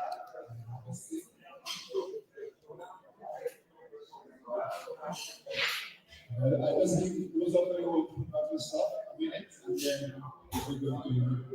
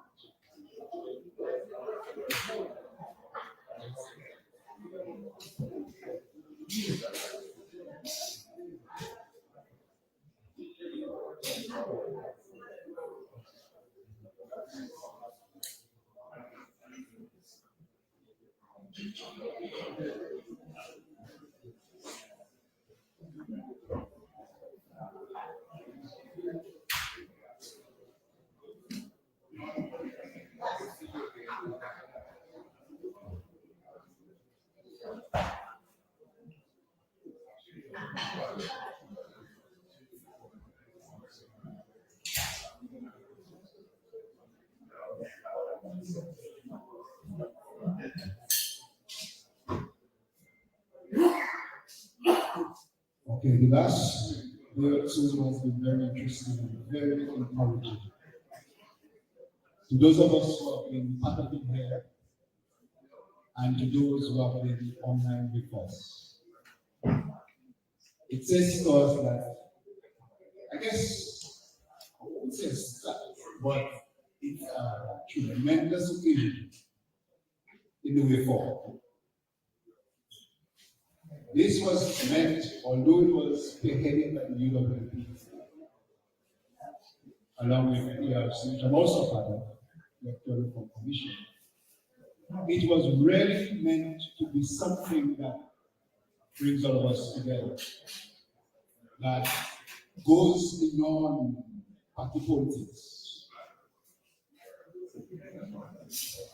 Because we are now in a time when party politics is not going to be what we cut it for us. It has to be a national effort at restoring our country. Yeah? It has to be an effort from UWP, from Freedom Party, from NJAM, from ERC, from the new parties that are forming, from everybody, from the diaspora. We are at a time when it's so important to restore the nation. Otherwise, we have nothing. And we are beginning to plan for that. We cannot wait until we are beginning to plan, and that has to be an action. And there are other steps we will take, and I always forget my friend's name from one person, reminding us that this must not just be talk. It has to be beyond talk. So there are some plans that UWP has, there are some plans that Angel has, and ERC.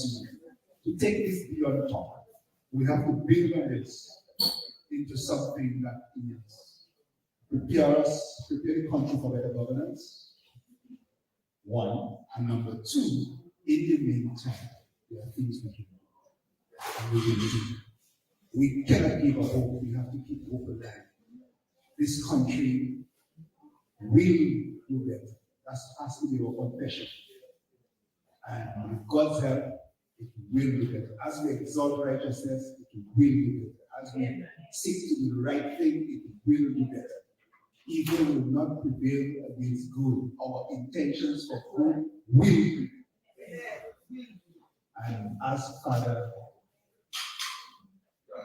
John said, Caesar can never do God. God is good. Okay, good. Now that we're settled, Thompson, can we have the gentleman back? I can see you, of course, having a nice conversation with Mr. John.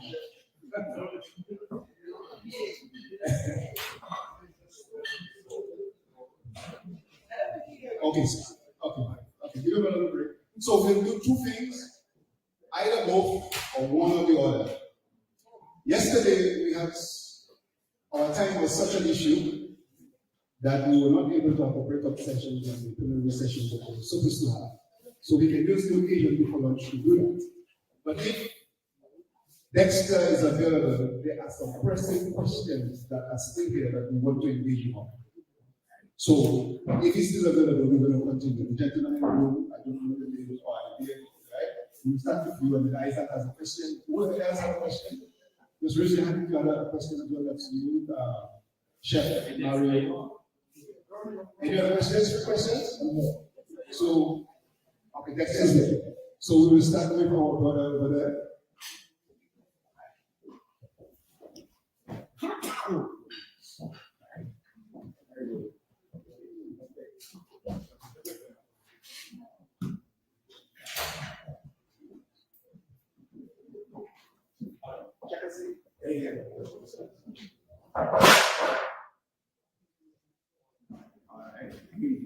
Okay, are we good to go?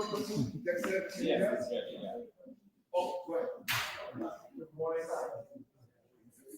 Just check and see if he's here. Good morning. Hear it? Dexter, can you hear? Good morning. Yes. Good morning and thank you. My question is, based on the distributive resources that you said and the resilience, whether a series of mini hydrograms would you recommend that, since based on our water resources? I know we spoke about wind and solar, but based on our water resources, whether a series of hydrograms would you recommend that? Okay, I think I heard the question, whether I would recommend mini hydro. Yes, correct. Yes. Because of the water resource. Yes. What I would say on that is, because a lot of those technologies have to do with other construction consideration. For example, if you're going to go into a river, if you live next to a river, for example, right, for residential purposes, and you can, relatively easily access a micro hydro installation and resource, then yes, for sure. But then if you have to consider the construction of dams and so forth, then you have to do the math to see whether it makes sense in terms of the cost of energy.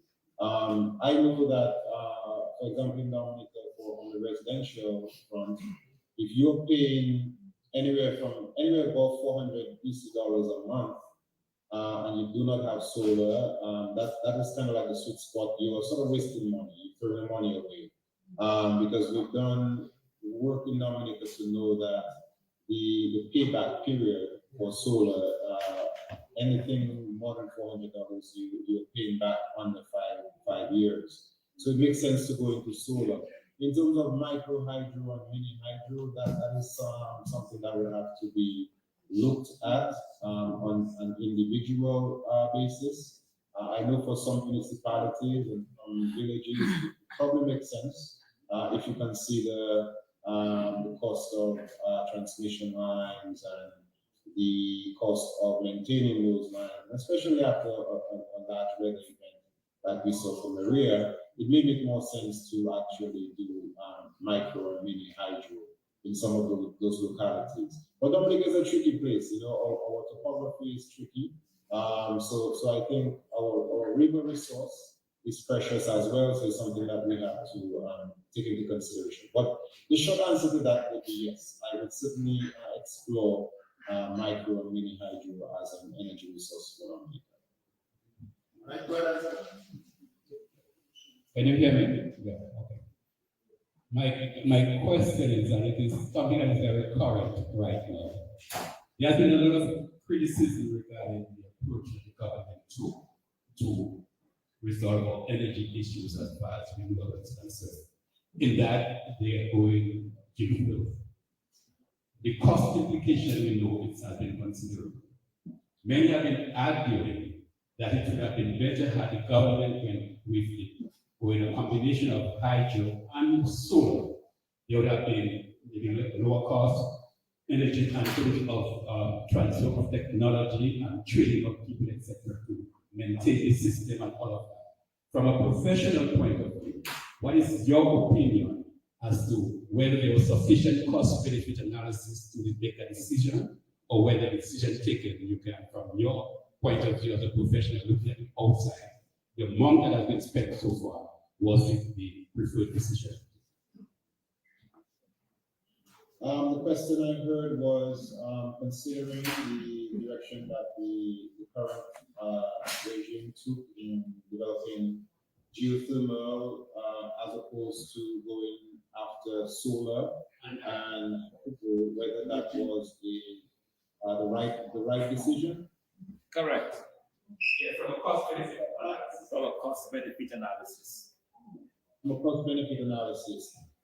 This one is a tricky question on many levels. I would say the biggest one is when you consider the return on investment. If you're looking at a project like geothermal, I don't think we can easily say that. Let's see what the return on investment is, right?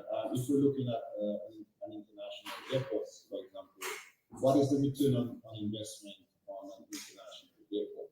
I am someone who loves technology. I think I would support the development and the exploration of geothermal, not necessarily for short-term returns, but something that can really place and position Dominica to continue to explore that resource, especially as we talk about clean transportation and really looking at other fringe benefits, if you will, that can come from geothermal. However, with that said, we see that the current technology of solar, for example, is a lower hanging fruit and can very easily be accessed. So if I was to make that decision today, I would see that I would go after the expansion of solar, especially rooftop solar, residential solar, and certainly some of the commercial establishments, maybe in conjunction or in parallel with the development of geothermal. Now, let me just say that if right now we are saying that about 15 megawatts or 15 units of generation is coming from diesel, and to make the math simple, we're saying about half of that is going to come from geothermal, and we are looking at expanding Dominica's economy into the future. We still are not we don't have enough capacity as it relates to going after zero emission. So there's still a lot of work that has to be done if we're going after zero emission. Zero emission meaning that we want to remove diesel from our generation pool. So there's a lot of work that has to be done, and I think there is still room for the expansion of hydro. I think there's still a lot of room for harnessing the solar resource that is so abundant in Dominica. And I think there's still room to continue to explore and expand on geothermal. I don't think that we should put our hands over our ears and say that we're going just one direction. We've seen around the world that countries are going after all of the above. So I don't think Dominica we should shy away from exploring all of the above. And I think everything that is available to us, we have a very young, vibrant, and very smart population. My solar students in Brantford are very curious to see the development of solar in their community. So we have, and we might next to Trafford and Loda right over here, right? So the expansion of hydro. So I think Dominica is well suited to continue to explore all of the above, and that is where I think I will focus. Continue to explore all of the research. All right, thank you. Chef Maria, go ahead. Let me just make a little correction. I'm not sponging the time. I'm hoping I'm married. Yeah, my question that I have, first I'm going to also picking up the concept. Now, but you might be some consistent because we're talking about energy national law. Now, my question is that I'm going to cover kind of works. My question is that, first of all, let me say, a couple of years ago, Douglas, the Prime Minister of Rose, came to Central and the press, and we talked about energy. And I asked him if Brett Island had been to Dominica. He said he has been Island to Dominica, but when Patrick John declared Dominica independence, then Brett Island was declared. Now, the last article I read about Brett Island is that it belongs to Dominica, but our Prime Minister in 2006 signed a temporary agreement with Venezuela to own Dominica. My question is this: as much as we're going to do about 20% of diesel, the 20% is going to cost us money. Is there any dialogue or any idea or any thought of open dialogue with Venezuela? How we should be able to get some of the resources, profits from the fuel that taken from Dominica, from Venezuela? Thank you. Sorry. Yeah, let me speak. I'm not sure that question was directed. Okay, I'm gonna try to respond. Yes, sure. The issue of Good Island is a very interesting one, and it's something that we have talked about in the past. Now, as you rightly indicated, a few years ago, but around that same time, the OECS countries, they were prepared to go to court on behalf of Dominica, but that action was stopped by our government. So something happened between our government and the Venezuelan government that until we get into government, we don't know exactly what that was. Because in true fashion, they never told the Dominican public what agreement they reached with Venezuela. So that is an issue. Again, I believe the way an issue like that has to resolve that must go through the International Court of Arbitration. But we can't do anything now except wait until when this government changes and then we can try to do it. Yeah, thanks.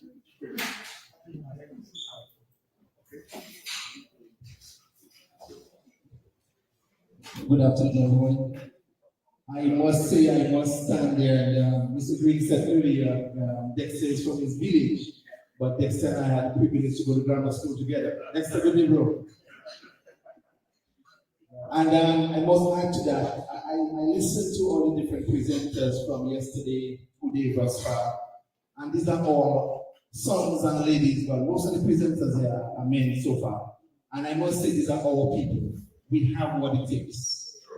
We have what it takes. I listen to Dexter and his passion for what his intelligence, his articulation. It didn't cause the problem, my brother, but you have other solutions for it. Same thing like our brother earlier from Pegush.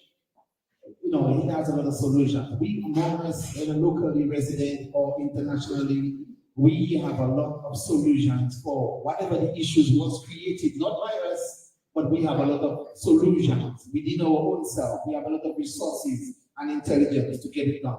Again, I was speaking to a few people earlier. The time is now.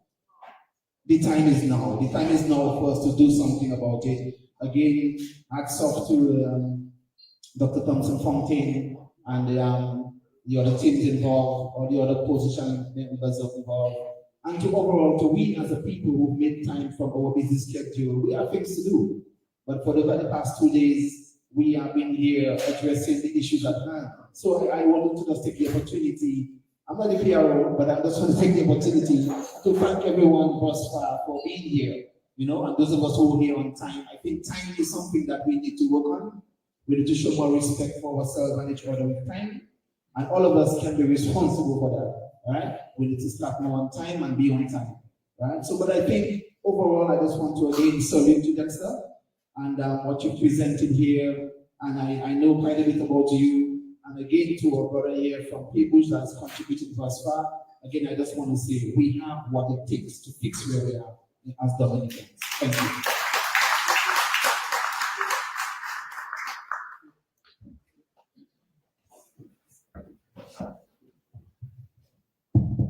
That's a very great presentation. I just want to pick up on something you said. I like the idea of a parallel approach. So pursue geothermal, at the same time explore the potential for solar. As far as we know, over $1 million has been spent on the geothermal project. Some people say 200, over 100 million. Some persons say that's over 200 million. Whatever the true figures are, the numbers are very large.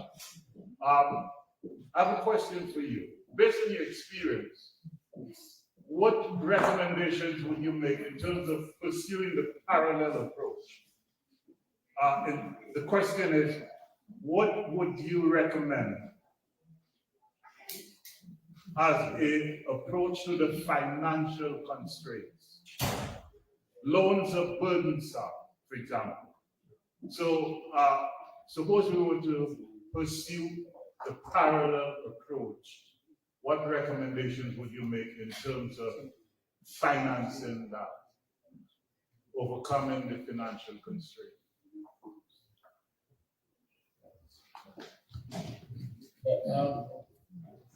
Dr. Fontaine, I'm not sure this question was directed at me. I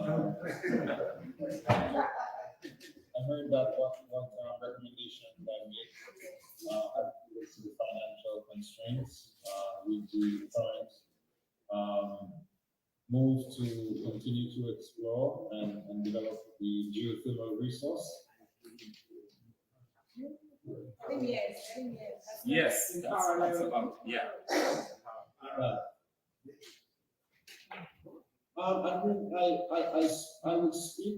I would speak from a engineering point of view. I cannot speak much from the financial side. I am not sure what financial packages and what financial structure was considered in developing the geothermal resource. I am probably in a small minority that supports and continue to support the development of geothermal in Dominica. I think that we can probably disagree on how the project is probably managed and how the project is positioned and structured. And we probably can disagree on whether we should have gone after geothermal and not solar.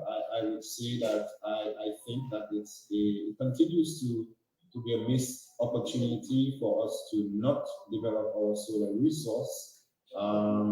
We've heard several folks say that solar is not that important, but most of them have solar in their homes.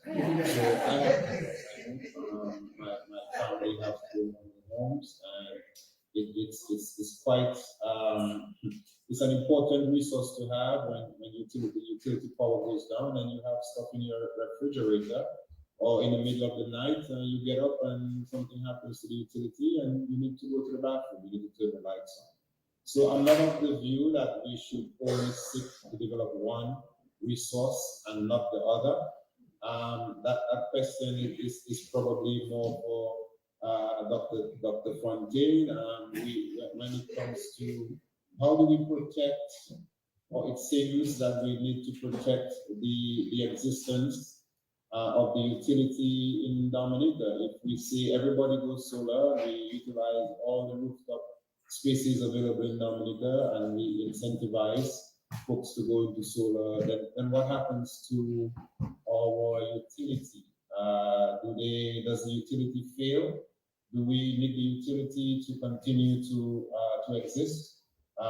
I come from the utility. I was trained and raised in the utility industry. I think it's a very important piece of our infrastructure, and we should never lose the existence of a utility. I know a lot of folks don't like the utility company, but from my point of view, I think it's an important thing to have and to exist. So some of the I'm saying all of this to say that maybe some calculations are made in the background as to whether we want to see the utility go bankrupt or whether we want to see the utility still exist. And that's a question that we have to answer as stakeholders and as a community.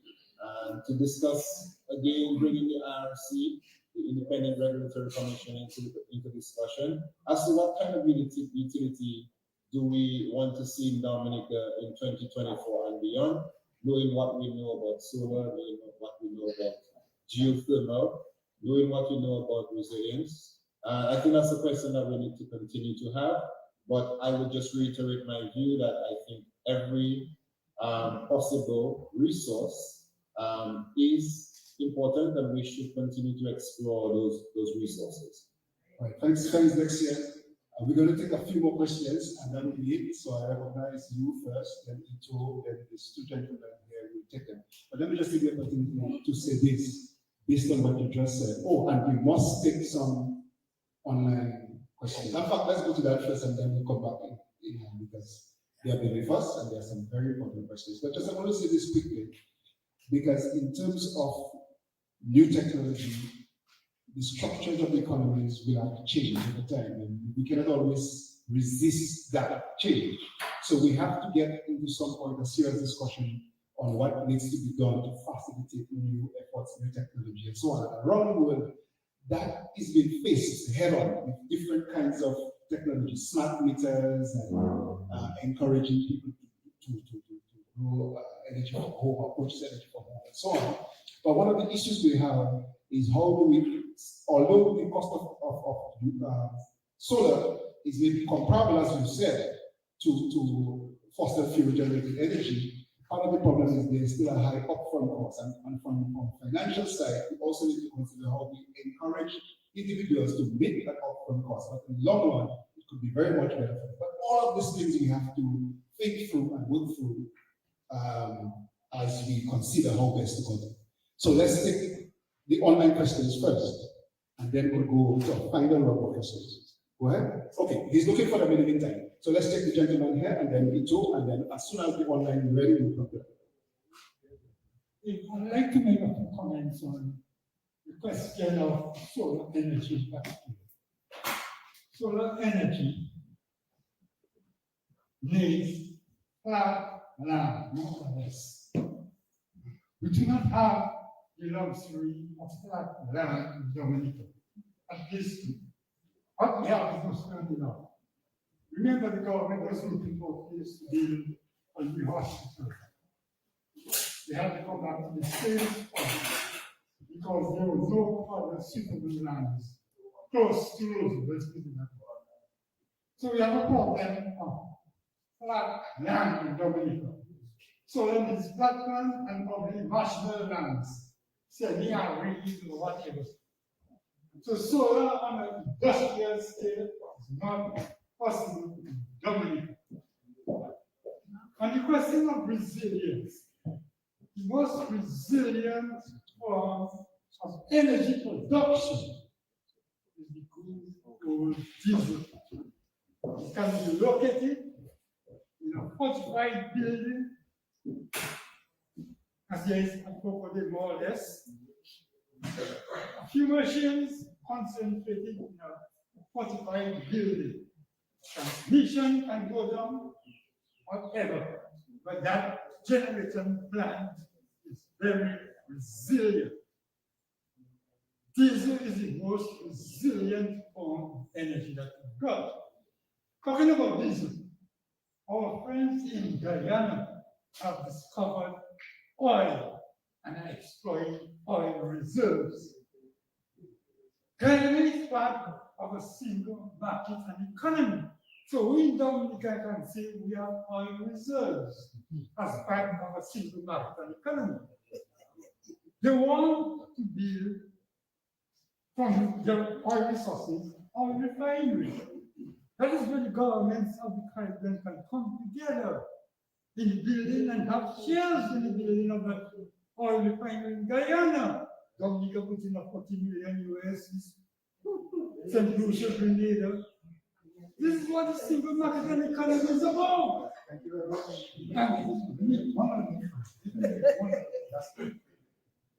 On the question of hydro plants, you do not need many plants in Dominica. But one thing we need, and that can contribute to hydroelectricity, water reservoirs. We are boasting about our water resources and our water resources.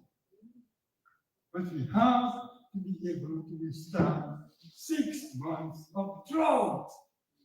In Dominica, we do not consider that the thing that rivers will be always flowing and will be up. Climate change, we know we are very about effects of climate change. We have to expect 6 months of drought in Dominica. That means, and they have already mentioned it in the gospel, they need to build a reservoir of two in Dominica. And quickly. Okay, thank you. Okay, let's have Donald too. There's so much to be said on this, but time is limited. I'll say a few brief comments. One, in terms of the original question you had on the hydrogen possibilities, Dominic, and that is a big care about of mine and something I'm very interested in as well. There are two reasons for this. Hydrogen is released simply by hydrolysis, right? You take electricity, you split water, hydrogen is released. That's a very simplified explanation, but it's essentially true. But you do need to have very clean sources of water, which is something Dominica has abundance. So we're actually very blessed if we can get this energy situation in place, that we could have abundant energy and one of the best sources of water for hydrogen production in the world. It's been analyzed and is what is one of the best. And so we have the ingredients in place to definitely embark upon a serious hydrogen economy in Dominica, and that's a serious part of my consideration as well. But not only hydrogen economy, we can also do synthetic fuels, which is another use of energy to convert organic material into synthetic fuels that are equivalent to gasoline and diesel and all of those things. You convert those into those, and you don't even have to do a hydrogen cell. You just put it into your vehicle like you do now. So there are lots of possibilities when you have chip energy. You can do things like data storage and data processing, data mining, and a bunch of things. So absolutely, we must pursue every source of energy to make energy a serious economic sector in our country. So we must pursue geothermal. There should be no question in our mind that we pursue geothermal. The issue with geothermal is that it's not being pursued correctly. The reason the cost of energy will not go down with geothermal funds is those guys have taken exorbitant loans at extremely high interest rates from private investors. That has to be paid back with profit on top of that. So the rates that they will charge for the energy from geothermal are going to be even higher. It's predicted to be even higher than we have today. It is not a matter of the technical challenge or the issue of geothermal as a technology. It's the issue of the finance structure and the political structure that is driving that development. So that's on that. As far as our energy resources go, we need to have a very comprehensive plan. It's not a Viking thing where we build a solar plant there, we do a little water thing there. No, we need to have a very comprehensive development plan for the energy sector in Dominica.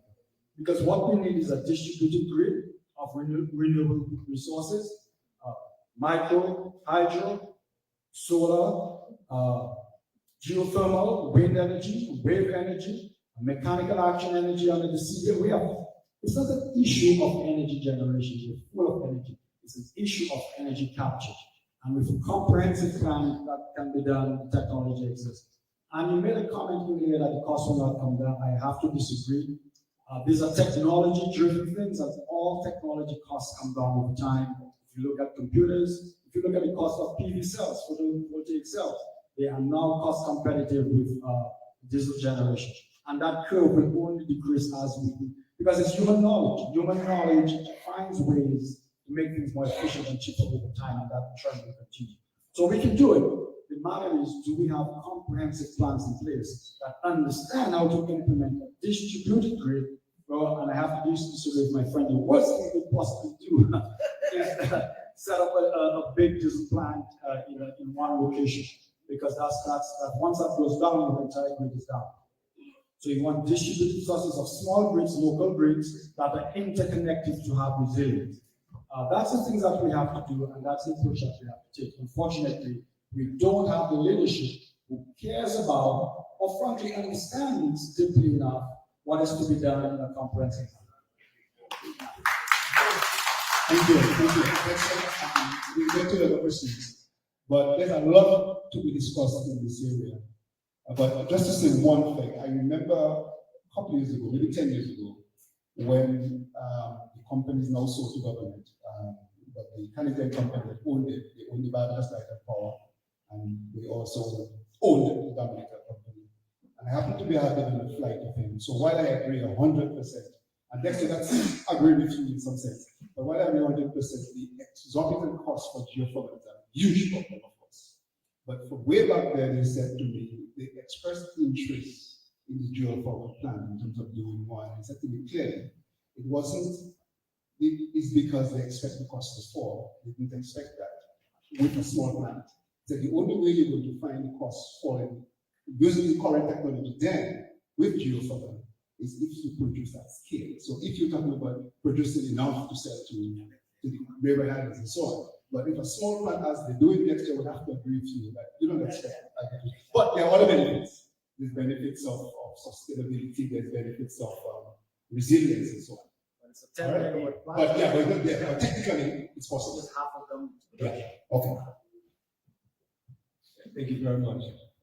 I've always had that concern about this deal that this government has struck with that American company, because I figure if you build in a geothermal plant and you have some persons, I think from the United States, that are supposed to be managing it on a 25-year contract, and after 25 years, hopefully they're going to return it to us.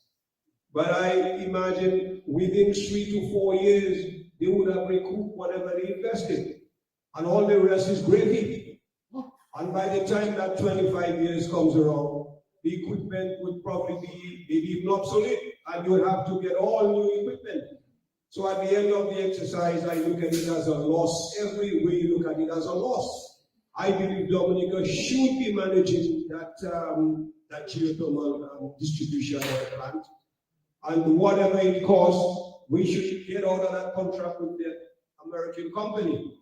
We have to provide our own. We have enough expertise, Dominicans all over in the diaspora, who can assist us, in going forward. You remember all those wonderful things that Petrocarib was supposed to have done?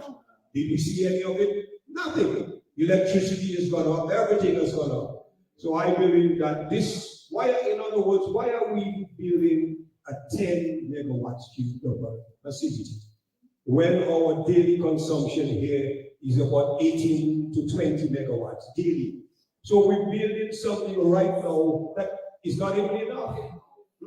So in other words, we don't make any allowance for the future. If you genuinely want to build a hydro a plant, you should really build something about a 40 or maybe 50 watt plant.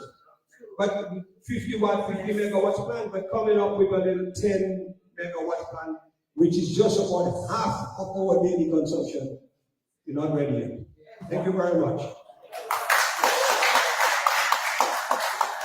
Thank you. Next, you want to respond to any of the last three comments you had? Go ahead. I had a little bit of difficulty in hearing some of the audio, so if you'd allow me, and please just relay some of the questions. But one thing I would comment on is one of the speakers said that diesel is the most renewable or sustainable, resilient source of energy. And while I will say that we've been using diesel and fossil fuel for as long as electricity has been around, maybe since we moved from steam, which incidentally we're going back to the geothermal, is really using a steam generator to produce electricity. We must also be cognizant of the fact that we don't have diesel in Dominica, and the disruption that happens around the world, we cannot say that these things will not impact us. So if you want to say that diesel is the most resilient source of energy, I cannot disagree with you. That's an opinion. However, if we're talking about policy and moving Dominica in the right direction, and we're saying that something happened around the world and we have a 3-month to 6-month interruption in bringing diesel into Dominica, then what? So I do not subscribe to the fact that we should continue to power, and I'm not sure that's what the gentleman was saying. We should continue to use diesel exclusively and to look at diesel as a main source of energy. I think we will be missing the point. The second thing I would comment on is the fact that solar needs flat land to be a main source of energy. One of the things that we've seen is that we actually have to tilt the solar panels to a certain degree facing south in our part of the world. So it's not entirely true that you need exclusively flat land to develop solar. And the other thing too is that we've seen around the world that communities come together and you utilize the existing roof spaces. So if you look at a 2,000 square foot house or 1,500 square foot house, and you sort of bring all of those together, it's quite a bit of surface space to develop solar. So I'm not of the view that we need to cover half of a mountain or half of a field with solar panels to generate electricity. I don't think that's necessarily true. And we've seen around the world that they put some of those panels on water surfaces. So we have options. I think we can look at different options. There's no one size fits all for all of these things, and we can be creative. We have smart people who have looked at those things and who work around the world with some of this technology. So I think there's room for development and this is the one that I heard most of the audio. If you could please relay an important question that okay. The last one that was said, the last question, can you hear me? He was making a comment concerning the scale that we chose to do 5,000 megawatt, 10,000 megawatt generator when our current capacity is 28, so I think from your figures, 18 from your figures, half of it. Should we be doing much better than that? Should we have planned for much higher than that? That's what's basically stopped. 40 megawatts maybe even, that's what we were saying. Would you like to comment on that? Yeah, okay, so it's a good point. Ideally, I think when Dominica first embarked on developing geothermal, The original intention was to develop our resource and possibly export power to Guadeloupe and Martinique. And I have seen stuff written about exporting power as north as Puerto Rico. I still believe that's possible. We continue to develop our resource and explore our resource. So I get the sense that the people who embarked on this initiative to develop our geothermal resource wanted probably to do a pilot project first to see how it would go. And we've seen the struggles of developing a 10 megawatt plant. Like I said, I was part of the folks who presented to the PHR government. That's over 20 years ago. We were all young guys at the time, and now we see all of us are starting to get great. So these things take time if they're not set up properly, if they're not managed properly. And the purpose of me presenting here today is to have that discussion to say that we've seen where we've done certain things right, and we've also seen where we've done certain things wrong. And moving Dominica forward in the right direction, we understand that some of those projects require folks who understand what's going on to manage those projects. And we need to get people in those positions to understand what's going on. And we need to continue to manage our resources in the right way, because that's critical for our development. All right, thank you, Dexter. Ito's point was just to add to the discuss, adding some more and suggesting that there is a mix of technologies that are mature that we can tap into. So it's just adding to what you're saying or just extending it. So I think it's quite in line with what we were talking about. Okay? All right. Yes. So thank you very much, Dexter. We really appreciate it. Oh, sorry. Last two questions online. If we are ready for that now. Go ahead.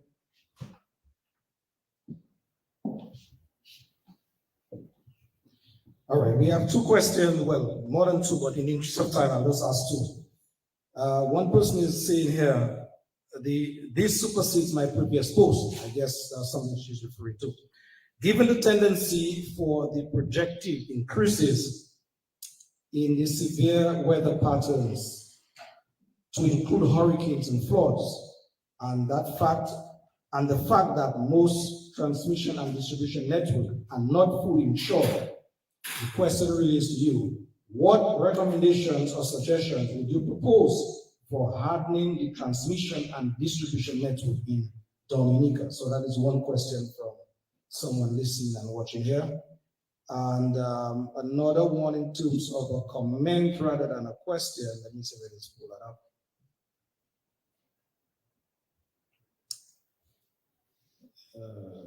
Yeah, Alvin Thomas says here, while I understand Dexter's position on geothermal, like he said, if solar is a low-lying fruit and the capital investment is less, it seems to me that solar and hydro energy would be better a route to take from a financial point, and given the country's limited financial resources. So that is one point, and also the question that we would like your comments on. Thanks. Okay, thank you very much. The first question was what recommendations would I give in terms of hardening the transmission and distribution network as it relates to the increase in weather and severe weather events? I think yes. I heard that question. Yes. Yeah, that's right. Yeah, so I spoke briefly about looking at distributed energy resources, and what that means again is to decentralize, having all of our generation in one area, which we mentioned was in the Roseau Valley, General Foncolé area, and then Portsmouth. We've seen around the world that the decentralizing of those resources and putting generation in multiple areas where we have larger population centers. So, for example, in the southeast and the northeast and the west, and keeping also the generation sources in Tokole and Trafalgar and Portsmouth. I think that is an area that is quite suitable. That technology is quite suitable for Dominica. We understand how to introduce sectionalizing switches. We understand the technology that is required in terms of grid forming inverters to use inverter-based resources as a technology to decentralize the grid. So these technologies, again, these are mature technologies. We can implement them. We should not, in my view, ever have to wait 8 months for places in the rural communities of Dominica to have electricity. When we talk about equity and inclusion, I cannot see a situation where Roseau, for example, or Portsmouth would not have electricity for 8 months. So we have to be honest in how we discuss our development and how we approach our development, because every Dominican life is important. The second question, as it relates to solar, can you just? I think I heard the fact that we probably should be looking at solar and hydro as a source of power more than geothermal resource. Is that what I heard from the second question? Basically, the caller was just differing with you on a small extent to suggest that, seeing that you alluded to the fact that solar is more or less of a low-lying fruit and it can be pursued, much quicker. From a financial standpoint, based on our country's scarce resources, the caller was saying or suggesting that wouldn't be the solar route be a much more profitable route to take than the geothermal we are now pursuing? Yeah, thank you for that. What I would say is whether we should have or we should continue to develop solar and not necessarily have our foot on the pedal with geothermal. Again, I use the example of the solar eclipse. If you have most of your energy coming from solar, let's say, or half of your energy coming from solar, and then you have a situation where you have a solar eclipse, you're going to be losing quite a bit of load. And the consideration in that field or that technology is to balance that out. And that's why the utility company has placed a cap on how much solar is allowed to be injected into our national grid, because there are some constraints as the technology stands today. Again, I made a point earlier in my presentation that we now have the technology of grid forming inverters where we can use battery energy storage and then convert electricity using the new technology and inject that into the grid. And it's less of a concern as it was a few years ago. So these are some of the things that has to be taken into consideration. I did make mention as well as whether, and again, assuming that the people who are making policy are concerned of whether, giving everybody the ability to self-generate, what are the implications for our national utility? Would that see the utility going out of service? Would that see the utility being bankrupt? So maybe those are some consideration that goes into making the decision. Again, I would say that as it stands today, the technology does exist to have a higher injection of solar energy into the grid. The cost of generating solar, even from a residential point of view, has significantly decreased, to the point now where it's probably cheaper or even on par with generating electricity from diesel. So these are some of the things that we need to continue to discuss, and I think it is a valid thing to bring to our policymakers and the Independent Regulatory Commission as to why some of those decisions are made and whether some of those decisions are made in our best interest. One last question. Yes, thank you. Mr. Newton, one last question, split it two, because I suspect as the conversation wears on, the comments from the online people gets more interested. Marva Telema is asking here, how can the transition to renewable energy create jobs and stimulate economic growth in our struggling economy? That is one aspect of it. Also, what are the potential cost savings for consumers and businesses if we switch to renewable energy sources? So as far as, thank you for your question, as far as what are some of the, let me make sure that I have this question right. What are some of the, how do we create jobs and how do we create opportunities for folks as we transition into renewable energy? The affordability, and I am careful not to say that the reduction in the cost of energy, because what we have seen is that all of us are consuming more power, right? Before, everybody had a phone, okay. Everybody had a phone in their home, let's say. Now we each have a phone in our pocket. And not only do we have phones, we have laptops, we have tablets. Every child has a tablet and a phone, and we have screens in all our rooms. And we are continuing to increase the consumption of electricity. Therefore, the price may not necessarily increase, but we need more electricity. So how does that transition to the creation of jobs?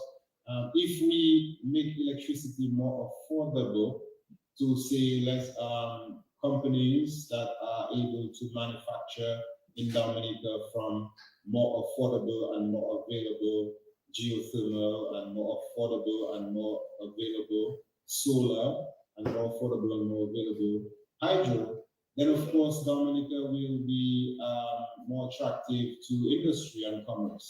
One of the trends that I will just mention again that we've seen is that more people are going to cloud computing. What does that mean? You have 5,000 photographs in your phone, and your phone is too small to be able to store all of those photographs.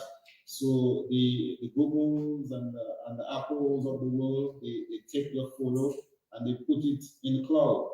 But where is the cloud? The cloud is some data center somewhere that is being used to store your photographs and your files.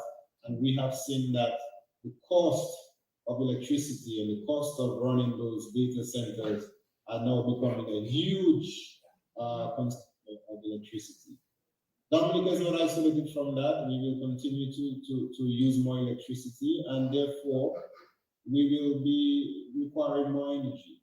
So can data centers be located in Dominica where we have more affordable and more available electricity? That's a possibility. And so I think when you talk about hotels and tourism and cruise and still visitors and working from home, when you have a country that has a good, solid electrical utility and a good, solid electrical network, it becomes attractive to industry and to commerce. I have to apologize. The second question, can you just repeat that one more time?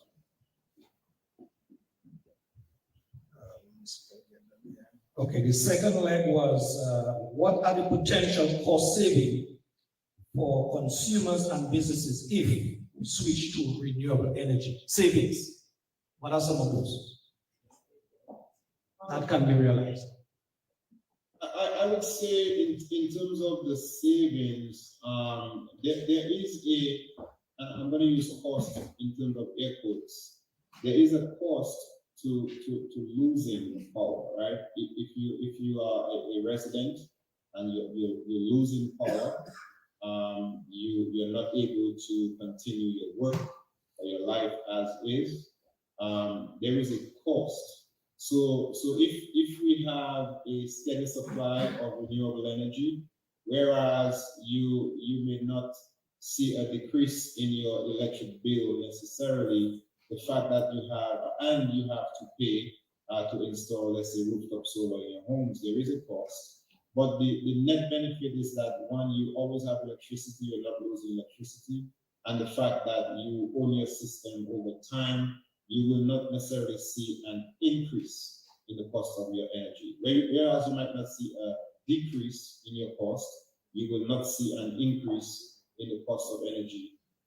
If we, for example, were to say hypothetically, we're going to continue to power our homes and our businesses from diesel, and we see the external shocks from wars and the interruption of supplies, then certainly we can expect the cost of energy to increase. If we go into renewables, the fact that we can generate our own power locally in Dominica, I do not necessarily see the cost of energy increasing.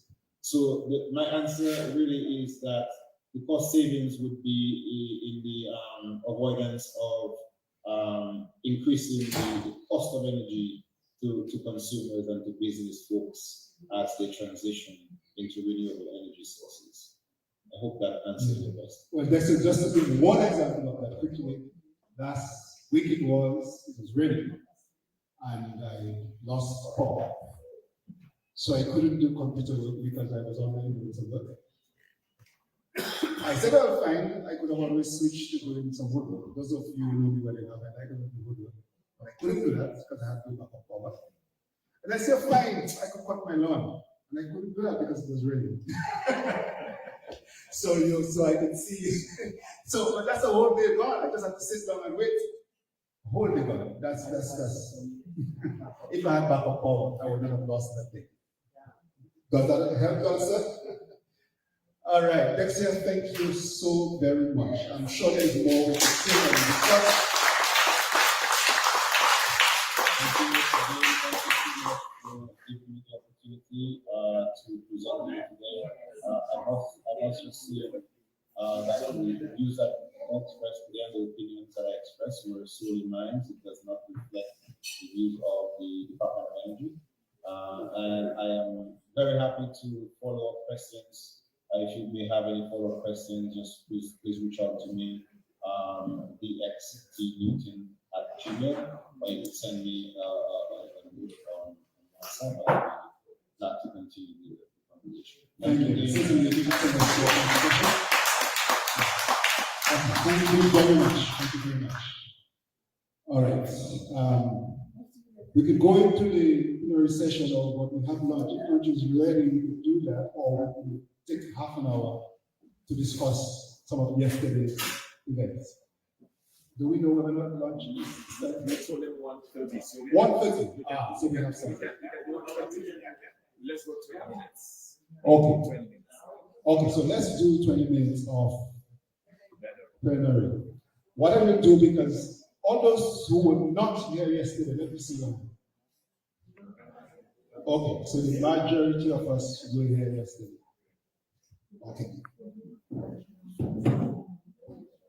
So because of the way the time went yesterday, we did not have the opportunity to, although we entertained the few questions, and the presenters have here on errors, we did not get the opportunity to go into the breakout sessions or to have some more discussions together, although we did have some questions.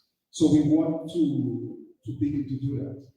Now, I don't want to take much time doing that, but what happened yesterday was that we started with Dr. Fontaine, who gave us the background, the baseline scenario, so to speak, the fact that the growth as of our country, we were doing good some time ago, growth as high as 7%, and that came down, and basically, we are already doing about, there was a period when we were doing about 1% or less. And sometimes we got a little bit to 2%, but basically we are ending up at the bottom of the table with all OECD countries surpassing us in growth and also in GDP per capita in many cases. So we started with that foundation, and then we moved into agriculture, where we had some tremendous contributions from Era and from Dr. David. One of the main themes from Era is that we can find markets. The major problem is there's a lack of institutional structure for organizing commercial agriculture. In the same way that DBMC was able to demonstrate that with proper organization, the industry could do well, could be supported well. The only error from what he said with DBMC was that we had a good model and we applied it only to bananas. If we had applied it to the other crops, possibly we could have still been good. But he was lamenting that is the main issue. It's not so much that we cannot find markets because there are opportunities we could look for, but we need the right structures and these are lacking. Then we moved on to Dr. Dave, who emphasized or lamented the state of our infrastructure. And Dave went into a number of areas that we need to look at, including things like proper planning, monitoring, and evaluation. But the whole area of infrastructure and the deterioration in infrastructure was a major point. We need agricultural infrastructure if you're to get production out of the farms, if you're to have proper quality, and so on. And the infrastructure is not just hard infrastructure, which we are lacking in many cases, but it spoke of other types of software infrastructure and so on. So that was Dr. Dave, so most of you will recall. Then we moved to Mr. Robin, who gave us a number of points, and he reminded us he was educated from the University of Adversity. But from his experience, 32 years in the business, he mentioned some of the challenges we have. But two of those he mentioned for sure would be the labor challenges that we are facing. And he gave us an example of sometimes people don't show up for 3 days and then they expect to come and just go back in. He mentioned the shipping issue, being able to difficulty in getting shipping down. But he emphasized the importance of export markets, and in his case, 95% exported, and also the kind of strategy we use for exports. That was an important contribution he made. And then Darwin Telemark emphasized the fact that ports are important, port infrastructure is important, but unfortunately, the port infrastructure along the Caribbean, many countries are addressing it, but we are not yet sufficiently addressing it. Much of the port infrastructure was originally built as a manual system, steam-drawing system, and so on, with all of these sheds that are in place. However, things have progressed, technology has progressed, and boats are no longer coming and needing crews of men, but rather all the equipment needed to remove, or there's a containerized service, so to speak. And unfortunately, our ports have not sufficiently, certainly the Dominican port, we have not sufficiently adapted to this new dynamic. But ports are important from a point of view of efficiency, from a point of view of cost. It's important to all of us. It's critical to national life, and we have to do everything we can to lower costs, to avoid breakdowns and proper equipment, and ensure our ports are fit and ready for the purpose so that we can be competitive, we can contribute to our competitiveness. Then we move to Belgium, who had a very, very insightful presentation on construction, and one of the major things he lamented was the state of the industry, pointing out the lack of opportunities for industry players, for persons in the industry, especially when it comes to projects done from internally generated resources like CDI resources. There's a lack of procurement. As a matter of fact, it lamented the fact that the procurement law that was adjusted has been adjusted for worse, right? So rather than put something better, something worse, and they have been exploiting it. But all of that is contributing to the demise of the industry players and the general low state of the economy, along with that state of procurement in government, has resulted in many of our players being very weak. They are at the point, many of them, they are just making hands here.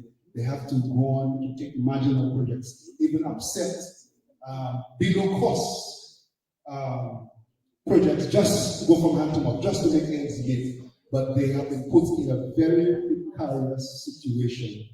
And he lamented that. And then he spoke about the skills deficit that many of the institutions we had for skills training over the years have all vanished. And then the one remaining element that we had, which was you had some good companies that you could go to and say, you know, give me a job, and on the job you would learn that because these companies are the underlying, because these companies are in free fall, that opportunity for on-the-job learning is not even there anymore. So it puts us in a real bad state. So that was the really focus of his presentation. I'm sure he said more, but I'm just trying to pick up. And migration. Yes, and on top of that, many of us, because they have no choice, they can't find work here, so they've got to go. Then Dr. Pascal came and we spoke about health, it's about wealth, the importance of healthcare financing, especially from the point of view that given technology, the nature of provision of healthcare have shifted from a doctor just having a stethoscope and administering to now having all the technology that can give all of the tests and all of the scans and so on. But these things cost.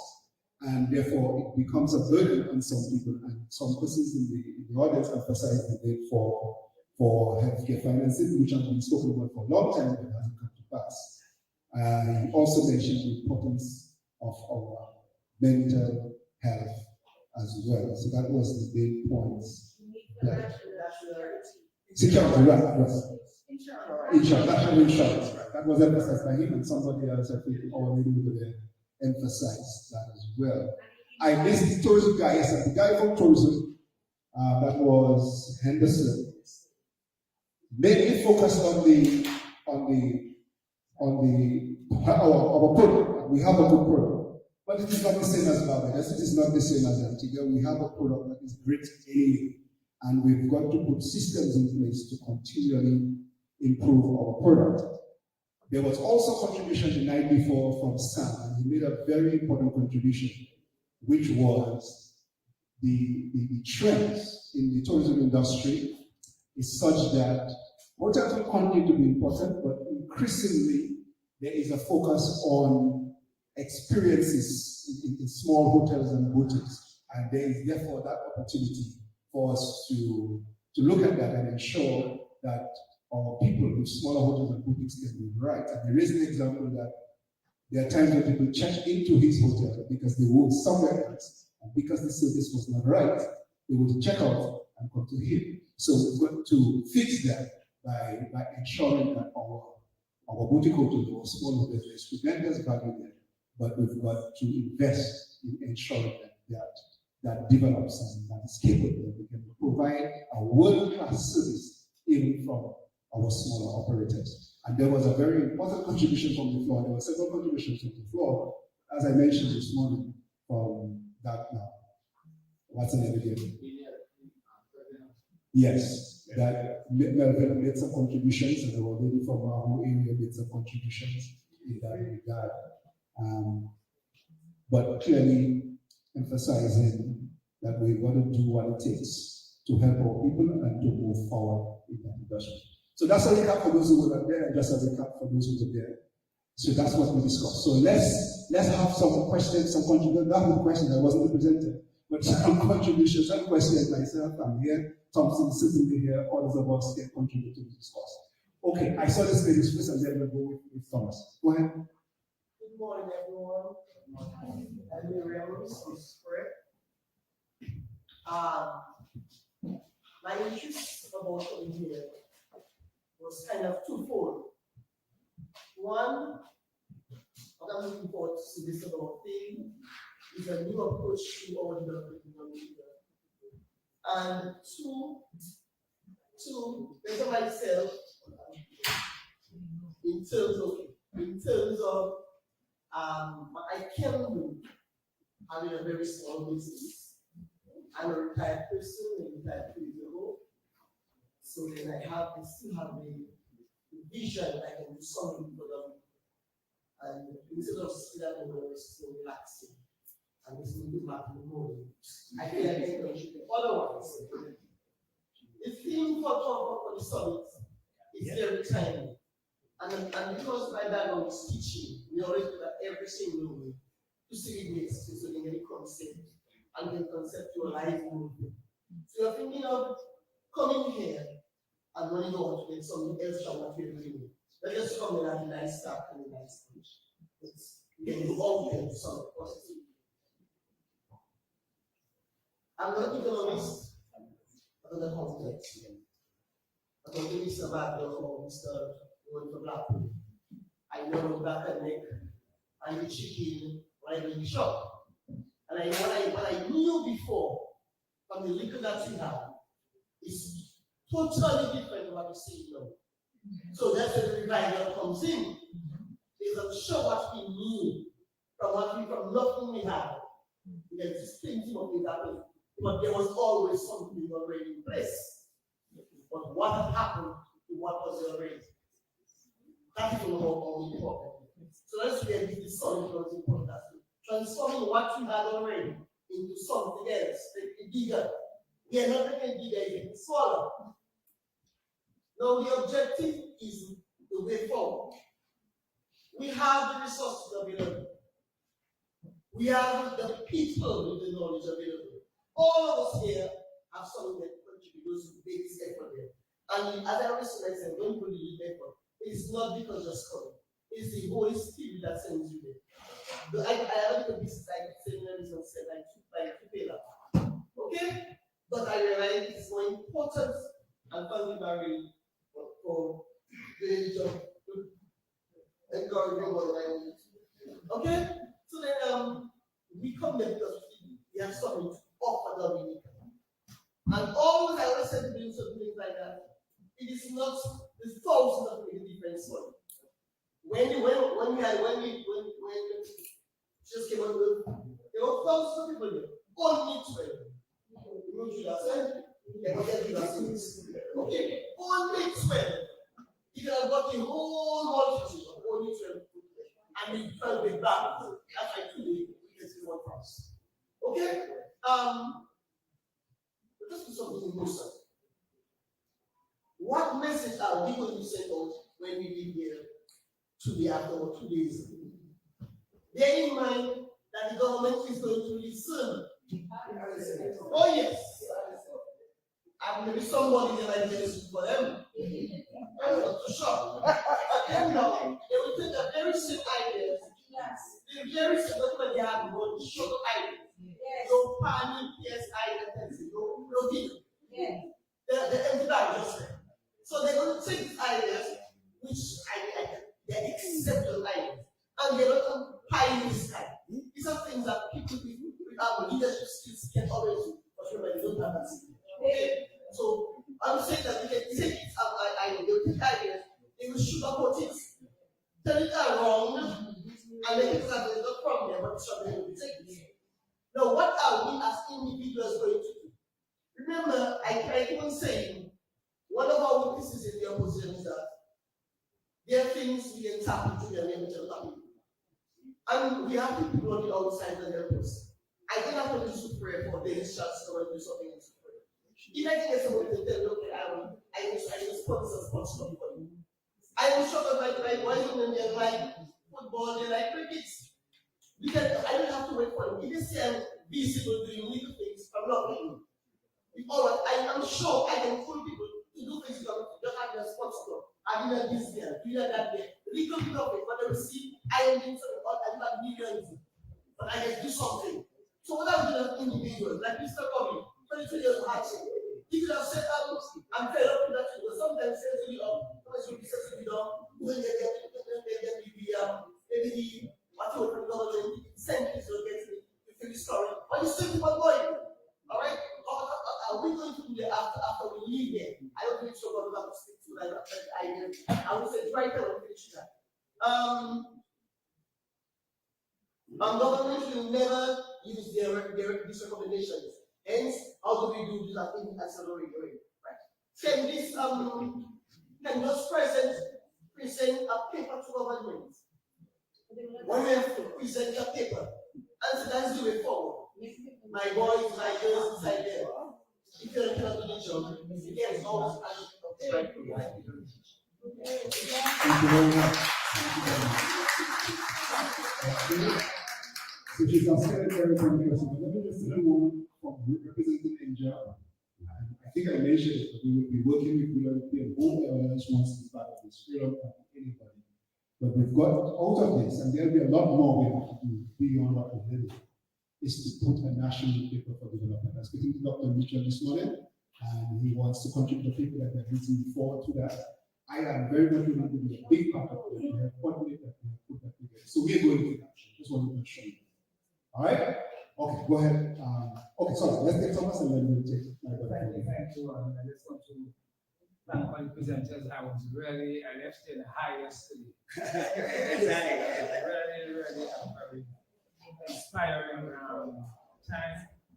I mean, as he said, we could have used our time otherwise.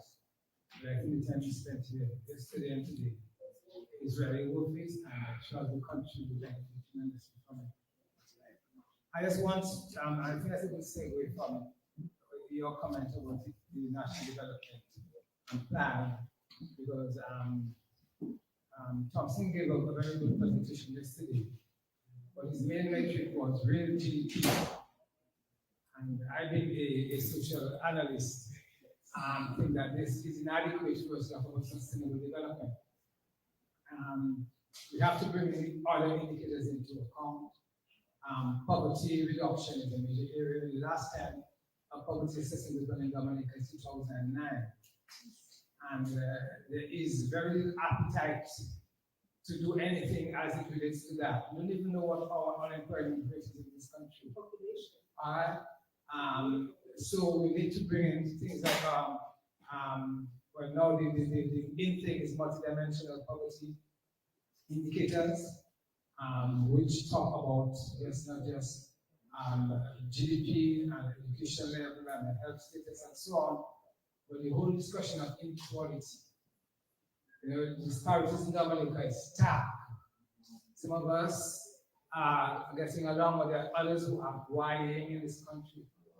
And we really need to have policies for development, look at ways in which we can bridge the gap between those who are very poor, those we call the indigent, and those who are not. So I would like us to expand our discussion into sustainable development to look at the issue of poverty and poverty reduction or elimination as a policy objective.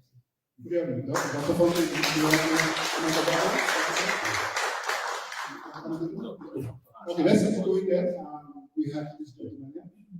Okay. Yeah.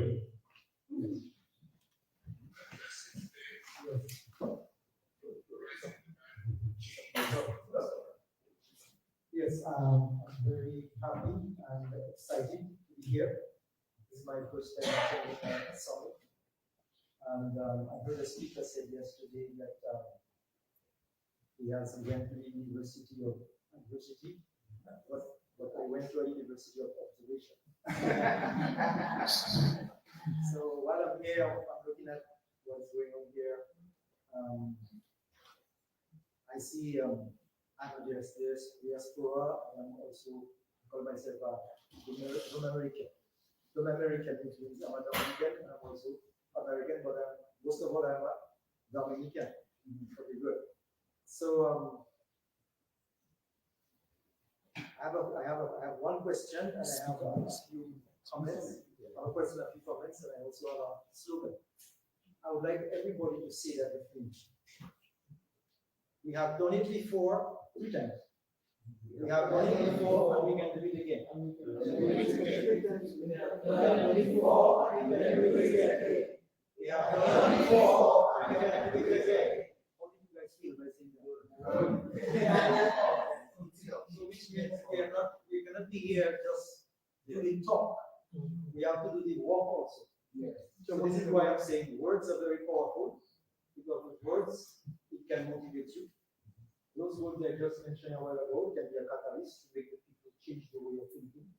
It can help them and motivate them to focus on the right issues. Enough just to give you something to think about. To think about or something to work with, you'll be sleeping. So when you give people words, and you give them the right words, when they go to bed at night, even when you're bed, you're thinking, I wonder what this guy said when it's true. Or maybe I should try it. Or something that what he says is important. So this is what means. I'm saying I see something bigger here. I see a movement. I see not. I see something like where we are going from here. Peter Another song said, "Where do we go from here? Is it here or nowhere?" So we have to go somewhere. Now, the most important thing I saw yesterday was when Dr. Fontaine was saying, he was showing the chart, and he was showing the 7% increase and how it started to fluctuate, and then we went down to what? To 1%, which means that's a possibility, which means we can, if we did it one time, we can do it again. So guess what? We have to, now is the right time to get together from here and find out how are we going to do that. Are we going to do it on a one-on-one basis, or are we going to do it in a group, or are we just going to take everybody one time and we go to village to village, or whatever we do. But I would like to be on that shift also.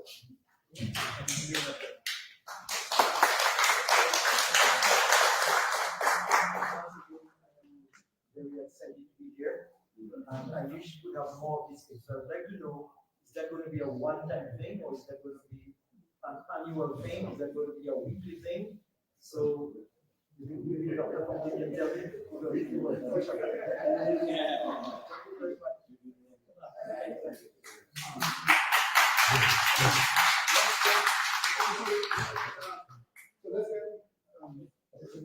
Romeo.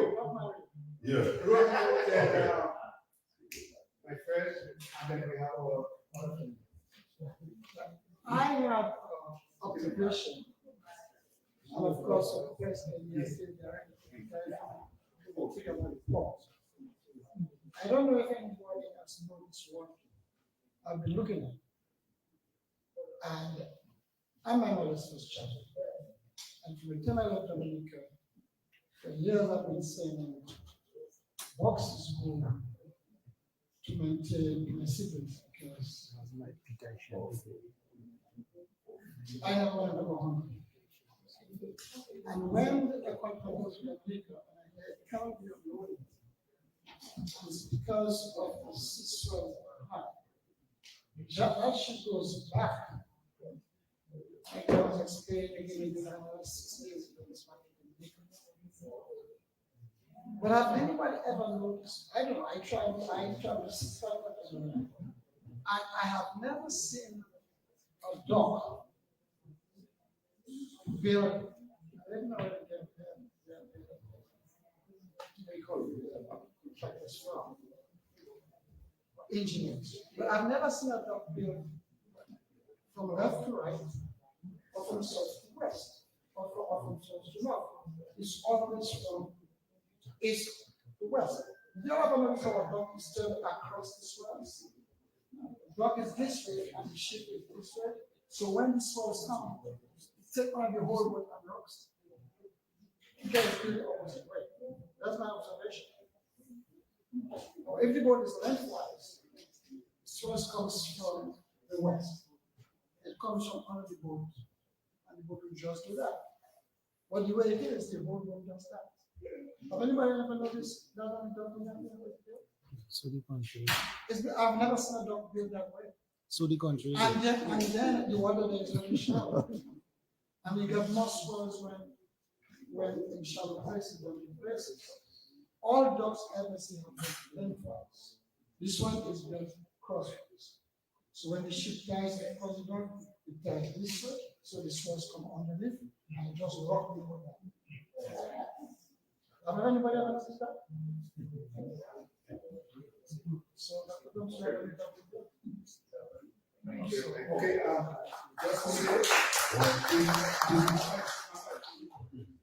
Okay, just to say, welcome. We have 2 students from the college, right? So, young people, welcome.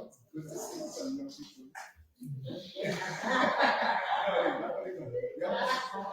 But we also have a lecturer from the college, Raphael. So let's have Raphael. Raphael, yes. Check. Okay.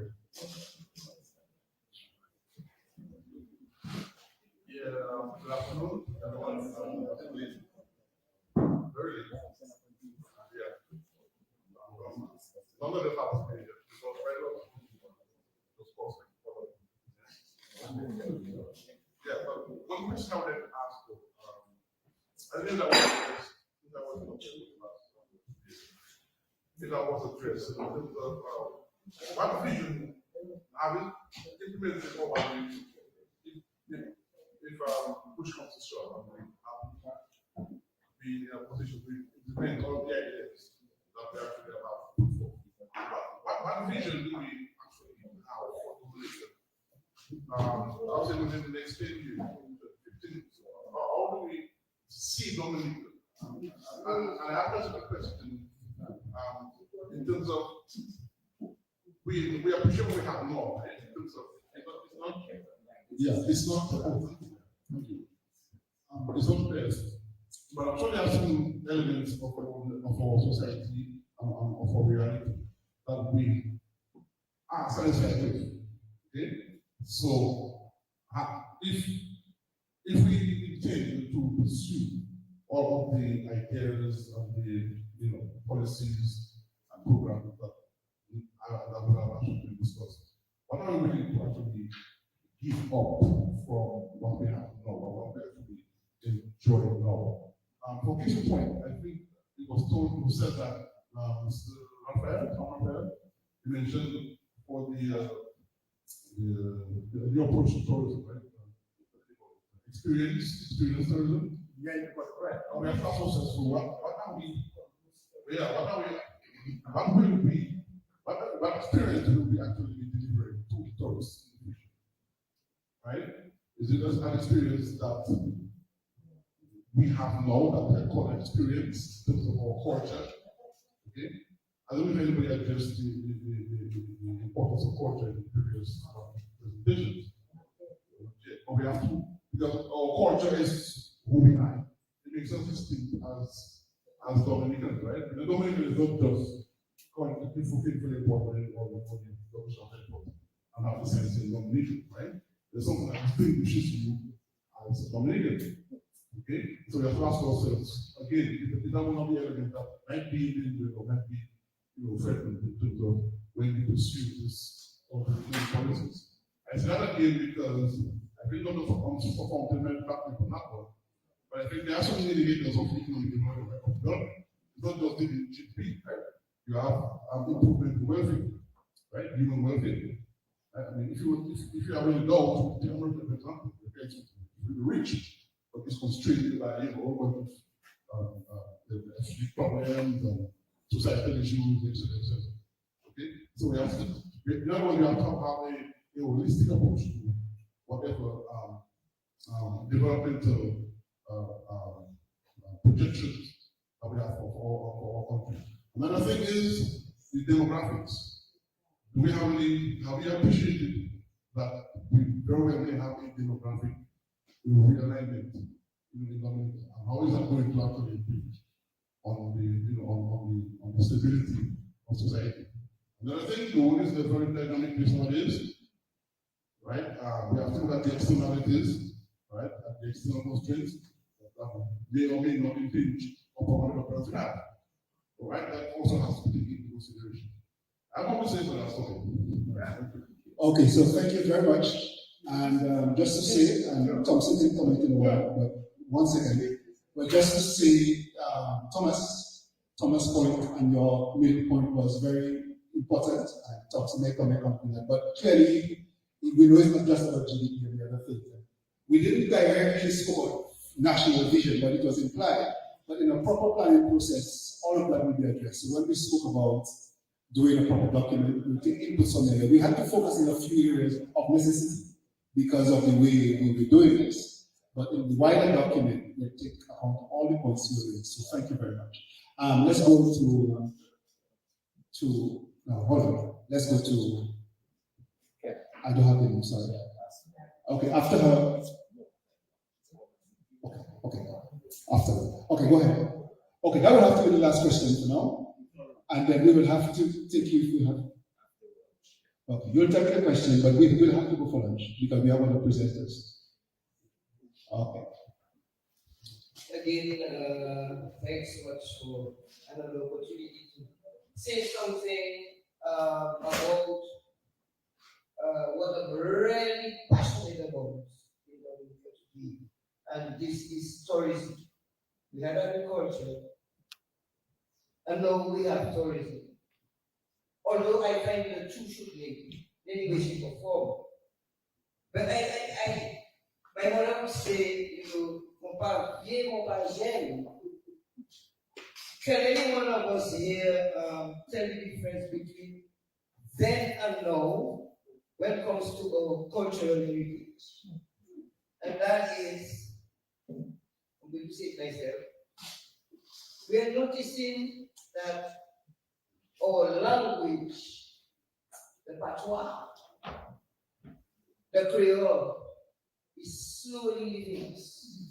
If we do not take preemptive action now, not in the future, now, to bring back that heritage, we should be looking and thinking of introducing as part of the school curriculum, starting from the primary school level, right? Start teaching Creole in the schools, like St. Lucia is doing right now. Because when I was growing up, in most of the villages, you heard patois, you heard Creole. That's what you heard. The kids, that's what they spoke.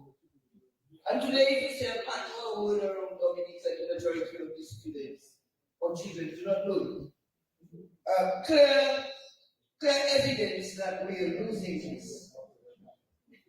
So we need to have in our program the space for bringing back the culture, starting from the primary school level. Our architectural heritage is being sidelined, if you notice. If you look like Caribbean countries like my place of birth or so, they have a World Heritage Site, and this speaks volumes to them in bringing a lot of tourists to tourism. Punda, the capital city, officially known as Willemstad, is a World Heritage Site because of its colors, because of its shape, its architecture, because of that waterway that divides the city into Otrobanda and Willemstad, making it look a little bit like the canals of Amsterdam. That sells a lot of visitors because of that. But here we have historically the old sugar mills, the Vizu mills, like for example, what's in Rosalie lying in ruins right now. What's in Battery, a lot of people do not know that. Because sugar cane was being processed into Vizu, liquid sugar, and Battery. In tubular right next to the capital village. There's also a sequel. We need to start thinking, bringing that heritage, if we're looking at tourism in the true sense of the word, as a special product away from the white sand beaches of the other islands that are massive tourists. So we need to start going that way. Look at our heritage, look at our culture, bring back the dances. We could have, say, for example, in spaces like sometimes like the Botanical Garden, let's do a ballet and a quadrille thing. Because a lot of our young people do not know that too. We need to use this because we do not have the advantage of the other ideas. So I hope you take that into consideration. And thanks again for the opportunity to be. I'm really excited about being here. I wish that it had gone on for a whole week. Yeah. But we've all talked and we have the ideas, we need to put it into action. Now, not in the future. Okay, thank you very much. So we're going to break for lunch. We have 2 or 3 interesting speakers after lunch on culture and sports and one of the. Okay, but we will give you some of that later. So thank you. So let's do lunch now, and we'll come back in about 45 minutes or so. We'll come back. All right? Good.